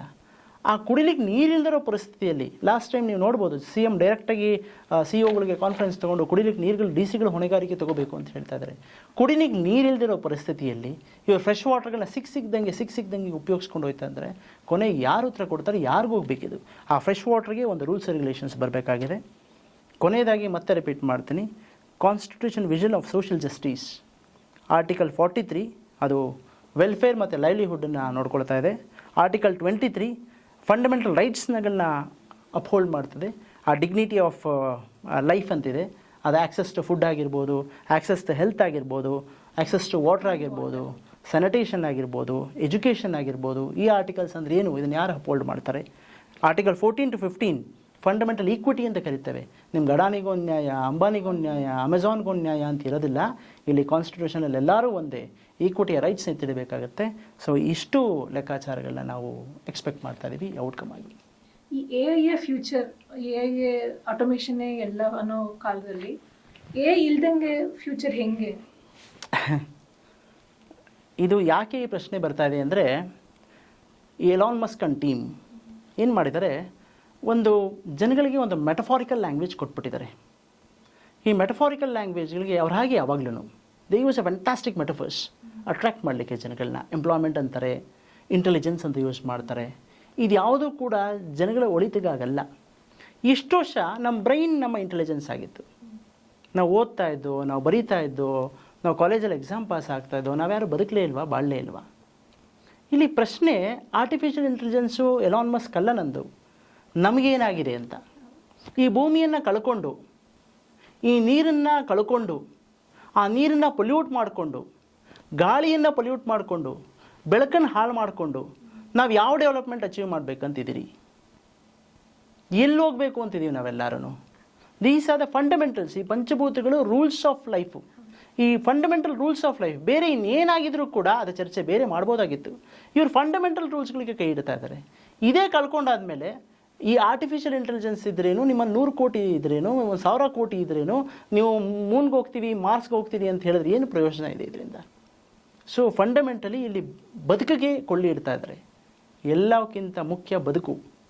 ಈ ಬದುಕನ್ನು ಒಂದು ಸತಿ ವ್ಯಾನಿಷ್ ಮಾಡಿಕೊಂಡಾಗ ಇಲ್ಲೇನು ಉಳಿಯೋದಿಲ್ಲ. ವ್ಯಾಲ್ಯೂಸ್ ಉಳಿಯೋದಿಲ್ಲ, ಮೊರಾಲಿಟೀಸ್ ಉಳಿಯೋದಿಲ್ಲ, ನೀವು ಸೋಕಾಲ್ಡ್ ರಿಲಿಜನ್ಸ್ಗಳು ಯಾವುದು ಉಳಿಯೋದಿಲ್ಲ, ನಂಬಿಕೆಗಳು ಯಾವುದು ಉಳಿಯೋದಿಲ್ಲ, ಹಿಸ್ಟಾರಿಕಲ್ ಎವಿಡೆನ್ಸ್ ಅಂತ ಒಂದಿದೆ ಅದು ಯಾವುದು ಉಳಿಯೋದಿಲ್ಲ. ಆರ್ಟಿಫಿಷಿಯಲ್ ಇಂಟೆಲಿಜೆನ್ಸ್ ಮಂಜುನಾಥ್ ಒಬ್ಬ ಫೇಕ್ ಅಂತ 100 ಜನ ಬರೆದ್ರೆ ಅದು ಫೇಕ್ ಅಂತಲೇ ತೊಗೊಳುತ್ತೆ. ಚಂದನ ಥೆಫ್ಟ್ ಅಂತ ಬರೆದ್ರೆ 100 ಜನ ಥೆಫ್ಟ್ ಅಂತಲೇ ತೊಗೊಳುತ್ತದು. ಇದು ಆ ಒಂದು ಲೆಕ್ಕಾಚಾರ. ಅಂದರೆ ಇದಕ್ಕೊಂದು ಹಿಸ್ಟಾರಿಕಲ್ ಎವಿಡೆನ್ಸನ್ನು ನಾಶ ಮಾಡ್ತಿದ್ದು. ಭಾಳ ಇಂಪಾರ್ಟೆಂಟಾಗಿ ನಮ್ಮ ದೇಶ ಸಾವಿರಾರು ಕೋಟಿ ವರ್ಷದಿಂದ ಇದರದೇ ಆದ ಒಂದು ಸ್ಕಿಲ್ನ ಮೇಂಟೈನ್ ಮಾಡ್ಕೊಬಂದಿದೆ, ಇದರದೇ ಆದ ಒಂದು ನಾಲೆಡ್ಜ್ ಬೇಸ್ ಅಂತ ಮೇಂಟೈನ್ ಮಾಡ್ಕೊಂಡಿದೆ, ಇದರದೇ ಆದ ಒಂದು ವಿಸ್ಡಮ್ ಮೇಂಟೈನ್ ಮಾಡ್ಕೊಂಡಿದ್ದಾವೆ. ಎಲ್ಲವುದನ್ನು ನಾಶ ಮಾಡಿ ಸಿವಿಲೈಸೇಷನ್ನ ಕಂಪ್ಲೀಟಾಗಿ ನೀವು ಎರೋಡ್ ಮಾಡಿ ಹೊಸದೇನೋ ಕಟ್ತೀನಿ ಅಂತಂದರೆ ಅದು ಯಾವತ್ತೂ ಸಾಧ್ಯವಿಲ್ಲ. It leads to civilisation collapse. AI will give back what it is fed ಅಷ್ಟೇ. ಅದಕ್ಕೆ ಏನು ಫೀಡ್ ಯಾವ ಡಾಟಾನ ಫೀಡ್ ಮಾಡ್ತೀರೋ ಆ ಡಾಟಾ ಒಮಿಟ್ ಮಾಡುತ್ತೆ ಅಷ್ಟೇ. ಇದು ಇಂಟೆಲಿಜೆನ್ಸ್ ಅಂತ ಏನೂ ಇಲ್ಲ. ಇಟ್ಸ್ ಬೇಸಿಕಲಿ ಡಾಟಾ ಥೆಫ್ಟ್ ಇವರು ಮಾಡ್ತಾ ಇರೋದು. ಇವರು ಬೇರೆ ಒಂದು ಭಾಳ ದೊಡ್ಡ ಆಯಾಮಗಳೆಲ್ಲ ಹಾಕ್ಕೊಂಡಿದ್ದಾರೆ. ಈ ಕಿಂಗ್ ಪಿನ್ಸ್ಗಳನ್ನ ಏನು ಮಾತಾಡ್ತಿದ್ರಿ, ಈ ಆಯಾಮ ಇಷ್ಟೇ ಅಲ್ಲ, ಇದು ಯಾವಾಗ ಮತ್ತೆ ಚರ್ಚೆ ಮಾಡೋಣ. ಇವರು ಆಯಾಮ ಭಾಳ ದೊಡ್ಡದಾಗಿದೆ. ಇವರು ಪ್ಲಾನೆಟ್ರಿ ಸಬ್ಜೆಕ್ಟನ್ನೇ ಕಬ್ಜಾ ಮಾಡಬೇಕು ಅಂತ ಹೋಗ್ತಾ ಇದ್ದಾರೆ. ಇದು ಬರೀ ನಮ್ಮ ದೇಶದ ಮಾತ್ರ ಅಲ್ಲ. ಇದು ಫುಡ್ ಸೆಕ್ಯೂರಿಟಿ ಅಥವಾ ವಾಟರ್ ಸೆಕ್ಯೂರಿಟಿ ಬಗ್ಗೆ ಈ ಸತ್ಯಾಗ್ರಹ ನಿಮ್ಮ ಅಥವಾ ಈ ನಮ್ಮ AI ಇಂದ ವಾಟ್ ಈಸ್ ದ ಇಂಪ್ಯಾಕ್ಟ್ ಜನರಿಗೆ ಅಥವಾ ಈ ಫುಡ್ ಸಿಸ್ಟಮ್ಗೆ? Very simple. ಭಾಳ ಇಂಪಾರ್ಟೆಂಟ್. ಕೃಷಿಗೆ ಮೂಲಭೂತವಾಗಿ ಬೇಕಾಗಿರೋ ಒಂದು ಫ್ರೆಶ್ ವಾಟ್ರ್. ಈ ಫ್ರೆಶ್ ವಾಟ್ರ್ ಇಲ್ಲ ಅಂದ್ಕೊಡಿ, ಅದರಲ್ಲಿ ಟ್ರಿಲಿಯನ್ಸ್ ಗಟ್ಟಲೆ ಅವ್ರು ತೊಗೊಂಡ್ಬಿಟ್ರೆ, ಅವ್ರ ಸ್ಟೇಕ್ನ ತೊಗೊಂಡ್ರೆ. ಈಗಾಗಲೇ ಇಂಡಿಯಾ ಇಸ್ ವಿಟ್ನೆಸಿಂಗ್ ಡೆಸರ್ಟಿಫಿಕೇಷನ್. ಕರ್ನಾಟಕದಲ್ಲಿ ಆರ್ಗ್ಯಾನಿಕ್ ಕಾರ್ಬನ್ ಕಂಟೆಂಟ್ ಕಮ್ಮಿ ಆಗ್ತಾ ಇದ್ದಾವೆ. ಎಂಪ್ಲಾಯ್ಮೆಂಟ್ ಆಪರ್ಚುನಿಟೀಸ್ಗಳು ಅಗ್ರಿಕಲ್ಚರಲ್ಲಿ ಕಮ್ಮಿ ಮಾಡ್ಕೊತಾ ಇದ್ದೀವಿ. ನೀರಿಲ್ಲ, ಏನು ಬೆಳೆಯೋದು ಅಂತ. ತೇವಾಂಶ ಇಲ್ಲ, ನಿಮಗೆ ಮೇಲ್ಗಡೆ ತೇವಾಂಶ ಇಲ್ಲ. ಪೆಸ್ಟ್ ಆ್ಯಂಡ್ ಡಿಸೀಸ್ಗಳು ಭಾಳ ಜೋರಾಗಿ ಆಗ್ತಾ ಇದ್ದಾವೆ, ಕಳೆಗಳು ಭಾಳ ಜೋರಾಗಿ ಬೆಳೀತಾ ಇದ್ದಾವೆ. ಯಾವುದೇ ಕೆಮಿಕಲ್ ಫಾರ್ಮಿಂಗ್ ವರ್ಕ್ ಆಗಲ್ಲ ಅಂತ ಸರ್ಕಾರನೇ ಒಪ್ಕೊಂಡು ನ್ಯಾಚುರಲ್ ಫಾರ್ಮಿಂಗ್ ಕಡೆ ಮುಖ ಹಾಕ್ತಾ ಇದ್ದಾವೆ. ಇವೆಲ್ಲ ಕ್ಯಾಟಸ್ಟ್ರೋಫಿಕ್ ಎಫೆಕ್ಟಲ್ಲಿ ಏನಾಗ್ಬೋದು ಫುಡ್ ಆ್ಯಂಡ್ ನ್ಯೂಟ್ರಿಷನ್.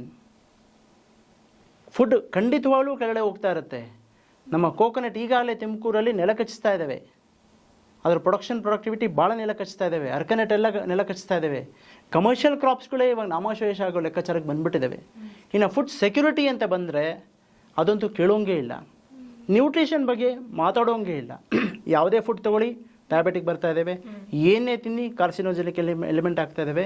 ನಾನು ಆವಾಗಲೇ ಹೇಳಿದೆ, ರೇರ್ ಅರ್ತ್ ಮೆಟೀರಿಯಲ್ಸ್ಗಳು ಬೇರೆ ತರ್ತಾ ಇದ್ದಾರೆ. ಹೆಣ್ಮಕ್ಳುಗಳಿಗೆ ಎಲ್ಲ ಕ್ಯಾನ್ಸರ್ಸ್ಗಳು ಇಂಜೆಕ್ಷನ್ಸ್ಗಳು ಸರ್ವೇ ಸಾಮಾನ್ಯವಾಗಿ ಕೊಡ್ತಾ ಇದ್ದಾರೆ. ಇಟ್ ಹ್ಯಾಸ್ ಬಿಕಮ್ ಆ್ಯನ್ ಹೆವಾಕ್ ಹೆಲ್. ಇದು ಬರೀ ಫುಡ್ ಆ್ಯಂಡ್ ನ್ಯೂಟ್ರಿಷನ್ ಪ್ರಶ್ನೆ ಎಲ್ಲ, ಇದು ಸಿಸ್ಟಮ್ನೇ ಕೊಲ್ಯಾಪ್ಸ್ ಮಾಡೋ ಲೆಕ್ಕಾಚಾರಕ್ಕೆ ಅವರು ಹುನ್ನಾರವನ್ನು ಹಾಕ್ತಿದ್ದಾರೆ. It's basically a population genocide. That's what they are trying to do. ಅಂದರೆ ಬಡವರು ಯಾರು ಉಳಿಬಾರ್ದು, ನಿರ್ಗತಿಕರು ಯಾರು ಉಳಿಬಾರ್ದು. It's a mass genocide logic behind it. ಈ ಇಷ್ಟು ಇಂಪ್ಯಾಕ್ಟ್ಸ್ ಇದೆ ಅನ್ನುವಾಗ ನಮ್ಮ ಯಂಗರ್ ಜನ್ರೇಷನ್ಸ್ ಆಗಲಿ ನಮ್ಮ ಈ ಜನ್ರೇಷನ್ಗಳ ಮೈಂಡ್ನಲ್ಲಿ ಯಾಕೆ ಇದು ಹೋಗ್ತಾ ಇಲ್ಲ, ಅದು ಹಿಂಗೆ ಎಫೆಕ್ಟ್ ಮಾಡ್ತಿದೆ? ಈಗ ತಿನ್ನಕ್ಕೆ ಅನ್ನನೇ ಬೇಕು, ಐಪ್ಯಾಡ್ ಅಲ್ಲ, ಅದು ಗೊತ್ತಿರೋ ವಿಷಯ. ಬಟ್ ಇದು ಯಾಕೆ ಅರಿವಾಗ್ತಿಲ್ಲ, ಅದು ಹೆಂಗೆ ಇಂಪ್ಯಾಕ್ಟ್ ಮಾಡ್ತಿದೆ ನಮ್ಮ ಜನ್ರೇಷನ್ಸ್, ನಮ್ಮ ಪ್ರೆಸೆಂಟ್ ಆ್ಯಂಡ್ ಅಪ್ಕಮಿಂಗ್ ಜನ್ರೇಷನ್? ನೋಡಿ, ಇದು ನನ್ನ ಪ್ರಕಾರ ಜನಗಳದ್ದು ತಪ್ಪಿಲ್ವೇನೋ. ಏನಾಗಿದೆ, ಜನಗಳಲ್ಲಿ ತೊತ್ತು ಊಟಕ್ಕೆ ಅಲಿತಾ ಇದ್ದಾರೆ. ಬೆಂಗಳೂರನ್ನೇ ತೊಗೊಳ್ಳಿ, ಆ್ಯಾವ್ರೇಜಾಗಿ ಇಲ್ಲಿ 50,000 ರೂಪಾಯಿ ಸಂಬಳನೇ ತೊಗೊಳ್ಳಿ, ಡಿಸ್ಕಷನ್ಸೇ ಕೇಳ್ತಾ ಇದ್ದೀನಿ. ಇಲ್ಲಿ 30,000 ರೂಪಾಯಿ ಎಲ್ಲ ಮನೆ ಬಾಡಿಗೆ ಕಟ್ಟೋದು, ಎಲೆಕ್ಟ್ರಿಸಿಟಿ ಕರೆಂಟ್ ಕಟ್ಟೋದು, ಅವಕ್ಕೆ ಹೊರಟೋಗುತ್ತೆ. ಇನ್ನು 15,000 ರೂಪಾಯಿ ಅಷ್ಟು ಟಿ ವಿ EMI, ಬೈಕ್ EMIಗೆ ಹೊರಟೋದ್ರೆ ಉಳ್ಕೊಳ್ಳೋದೆ ಅವ್ರಿಗೊಂದು 5,000 10,000 ದುಡ್ಡು. ಇದು ಜೀವನ ಪೂರ್ತಿ ದುಡಿದ್ರೂ ಏನೂ ಮಾಡ್ಕೊಳಕ್ಕಾಗೋದಿಲ್ಲ. ನಾವು ಸರ್ವೈವಲ್ ಇದ್ದೀವಿ. Still India are in a survival mode. ಇದು ಪ್ರಶ್ನೆ. ಹೊಟ್ಟೆ ತುಂಬಿದ ಮೇಲೆ ಯೋಚನೆ ಮಾಡ್ಬೋದು. ಇಲ್ಲಿ ಜನಗಳಿಗೆ ಹೊಟ್ಟೆ ತುಂಬಕ್ಕೂ ಬಿಡೋದಿಲ್ಲ, ಬರೇ ಹೊಟ್ಟೆಲೇ ಬಿಟ್ಟಿರ್ತಾರೆ ಜನಗಳನ್ನ. ಸೊ ಹಾಗಾಗಿ ಅವ್ರ ಬ್ರೈನ್ ಲಾಂಗಿಟಿವಿಟಿ ಬಗ್ಗೆ ಥಿಂಕ್ ಮಾಡಲ್ಲ. ಫೋರ್ಸೈಟ್ ಬಗ್ಗೆ ಇಂಡಿಯಾ ಯಾವತ್ತೂ ಹಾಕೊಳ್ತಾನೆ ಇಲ್ಲ. ಯಾಕೆ ಅಂದರೆ ಇಲ್ಲಿ ಎಕನಾಮಿಕ್ ಸಿಚುವೇಶನ್ಸ್ ಭಾಳ ಕುಗ್ಗೋಗಿದೆ. ಅವ್ರು ಏನಾಗಿದೆ, ಅವ್ರು ಹೊಟ್ಟೆ ತುಂಬಿರೋ ಜನಗಳು ಏನು ಮಾಡ್ತಾ ಇದ್ದಾರೆ, ಅವರು ಇಂಡಿಯಾ, ಆಫ್ರಿಕಾ, ರಷ್ಯಾ ಯಾವುದೂ ಕೂಡ ಅವ್ರಿಗೆ ಲೆಕ್ಕನೇ ಇಲ್ದಂಗೆ ಅವರು ಕಂಟ್ರೋಲ್ ತೊಗೋತಾ ಇದ್ದಾರೆ. ನೀವೇ ನೋಡ್ಕೊಂಡ್ಬಂದ್ರಿ, ಶ್ರೀಲಂಕಾ ಕೊಲಾಪ್ಸ್ ಮಾಡಿದ್ರು, ಪಾಕಿಸ್ತಾನ್ ಕೊಲಾಪ್ಸ್ ಮಾಡಿದ್ರು, ಅಫ್ಘಾನಿಸ್ತಾನ್ ಕೊಲಾಪ್ಸ್ ಮಾಡಿದ್ರು, ಬಾಂಗ್ಲಾದೇಶ್ ಕೊಲಾಪ್ಸ್ ಮಾಡ್ತಾ ಇದ್ದಾರೆ. ಈಗ ಡೆವಲಪಿಂಗ್ ಕಂಟ್ರಿ ಮೇಲೆ ಕೈ ಇಡ್ತಾ ಇದ್ದಾರೆ. ಸೊ ಈ ದೇಶದ ಸಿಸ್ಟಮ್ಸ್ಗಳನ್ನು ಕೂಡ ಕಬ್ಜಾ ಮಾಡಬೇಕು ಅಂತ ಲೆಕ್ಕಾಚಾರ ಆಗ್ತಾ ಇದ್ದಾರೆ. 3 ವರ್ಷದಿಂದ ನೀವು ದೊಡ್ಡ ಹಸಿರು ಸತ್ಯಾಗ್ರಹ ಜೆನೆಟಿಕಲಿ ಮಾಡಿಫೈಡ್ ಕ್ರಾಪ್ಸ್ ಮೇಲೆ ಮಾಡಿರೋದು ಯಶಸ್ವಿನೂ ಆಗಿತ್ತು. ನಮ್ಮ ಭಾರತ ಸರ್ಕಾರ ಆಗಿರ್ಬೋದು, ನಮ್ಮ ಕರ್ನಾಟಕ ಸರ್ಕಾರದ್ದು ಇಂಪೋಸಿಷನ್ ಆಫ್ GM ಕ್ರಾಪ್ಸ್ ನಾವು ತಡೆದಿದ್ದು, ಪಾಲಿಸಿ ಆಫ್ ಇಂಪ್ಲಿಮೆಂಟೇಷನ್ ತಡೆದಿದ್ರಿ. ಸೊ ಹಾಗೇನೆ ಈ ನಿಮ್ಮ ಮಣ್ಣು ಮತ್ತು ನೀರಿನ ಸತ್ಯಾಗ್ರಹನೂ ಯಶಸ್ವಿಯಾಗಲಿ ಅಂತ ಆಶಿಸ್ತೀನಿ. ನೀವು ಸಮರೈಸ್ ಮಾಡೋದಾದರೆ ಒಂದು ಸಣ್ಣದಾಗಿ. ಲಾಸ್ಟ್ ಟೈಮ್ ನಾವು genetically GM food crops policy ಅಂತ ಕರಿತೀವಿ, ಅದರ ಮೇಲೆ ಸುಪ್ರೀಂ ಕೋರ್ಟ್ ಕೂಡ ಆರ್ಡರ್ ಆಗಿತ್ತು. ನ್ಯಾಷನಲ್ ಪಾಲಿಸಿಯಾಗಿ ಇದು ರೂಪುರೇಷೆಗೊಳ್ತಾ ಇತ್ತು. ಒಂದು ಮ್ಯಾಸಿವ್ ಸತ್ಯಾಗ್ರಹವನ್ನು ಇದು ಬರೀ ಆಶ್ರಮ ಕರೆ ಕೊಟ್ಟಿದ್ದು. ಇದರಿಂದಗಡೆ ರೈತ ಸಂಘಟನೆಗಳು, ಲೇಬರ್ಸ್ ಯೂನಿಯನ್ಗಳು ಮ್ಯಾಸಿವ್ ಕೆಲಸ ಮಾಡ್ತು. ಸೊ ರೈಟ್ ವಿಂಗ್ಗಳು ತುಂಬ ಕೆಲಸ ಮಾಡಿದ್ದಾರೆ, ಇಲ್ಲ ಅಂತಲ್ಲ. ಸೊ ಇದು ಕರ್ನಾಟಕದಂತೆ. ಆದರೆ ಇಂಡಿಯಾದಲ್ಲಿ ಬೇರೆ ಬೇರೆ ಜನಗಳು ಬೇರೆ ಬೇರೆ ಆಯಾಮದಲ್ಲಿ ಅವರು ಪ್ರೊಟೆಸ್ಟ್ಗಳನ್ನ ಮಾಡಿದ್ದಾರೆ, ಅಜಿಟೇಟ್ಗಳನ್ನ ಮಾಡಿದ್ದಾರೆ. ಹಾಗಾಗಿ ಕೇಂದ್ರ ಸರ್ಕಾರ ಮಣಿದು ವಾಪಸ್ ಹೋಗಬೇಕಾಗಿತ್ತು GM ಪಾಲಿಸಿಗೆ. ಈಗ ಸೋ ಕಾಲ್ಡ್ ಮತ್ತೆ ಇನ್ನೊಂದು ಬಹುರಾಷ್ಟ್ರೀಯ ಕಂಪನಿಗಳು ಎಂಪ್ಲಾಯ್ಮೆಂಟ್ಗಳನ್ನ, ಮಣ್ಣನ್ನು, ನೀರನ್ನು ಕಬ್ಜಾ ಮಾಡೋಕ್ಕೆ ಬಂದಿದ್ದಾವೆ. ಪ್ರಾಬಲಿ ಇದು ಇನ್ನೂ ಮ್ಯಾಸಿವಾಗಿ ಹರಡುತ್ತೆ. ಯಾಕೆ ಇದು ಜೀವನೋಪಾಯ, ಇದು ಲೈವ್ಲಿಹುಡ್ ಮೇಲೆ ಪ್ರಶ್ನೆ ಬಂದಿದೆ. ಸೊ ಪ್ರಾಬಲಿ ಜನಗಳಿಗೆ ಅರಿವು ಆಗುತ್ತೆ. ಅರಿವು ಆದ ಮರುಕ್ಷಣ ಸತ್ಯಕ್ಕೆ ಜಯ ಸಿಕ್ಕೇ ಸಿಗುತ್ತೆ ಅಂತ ನಂಬಿದ್ದೀನಿ.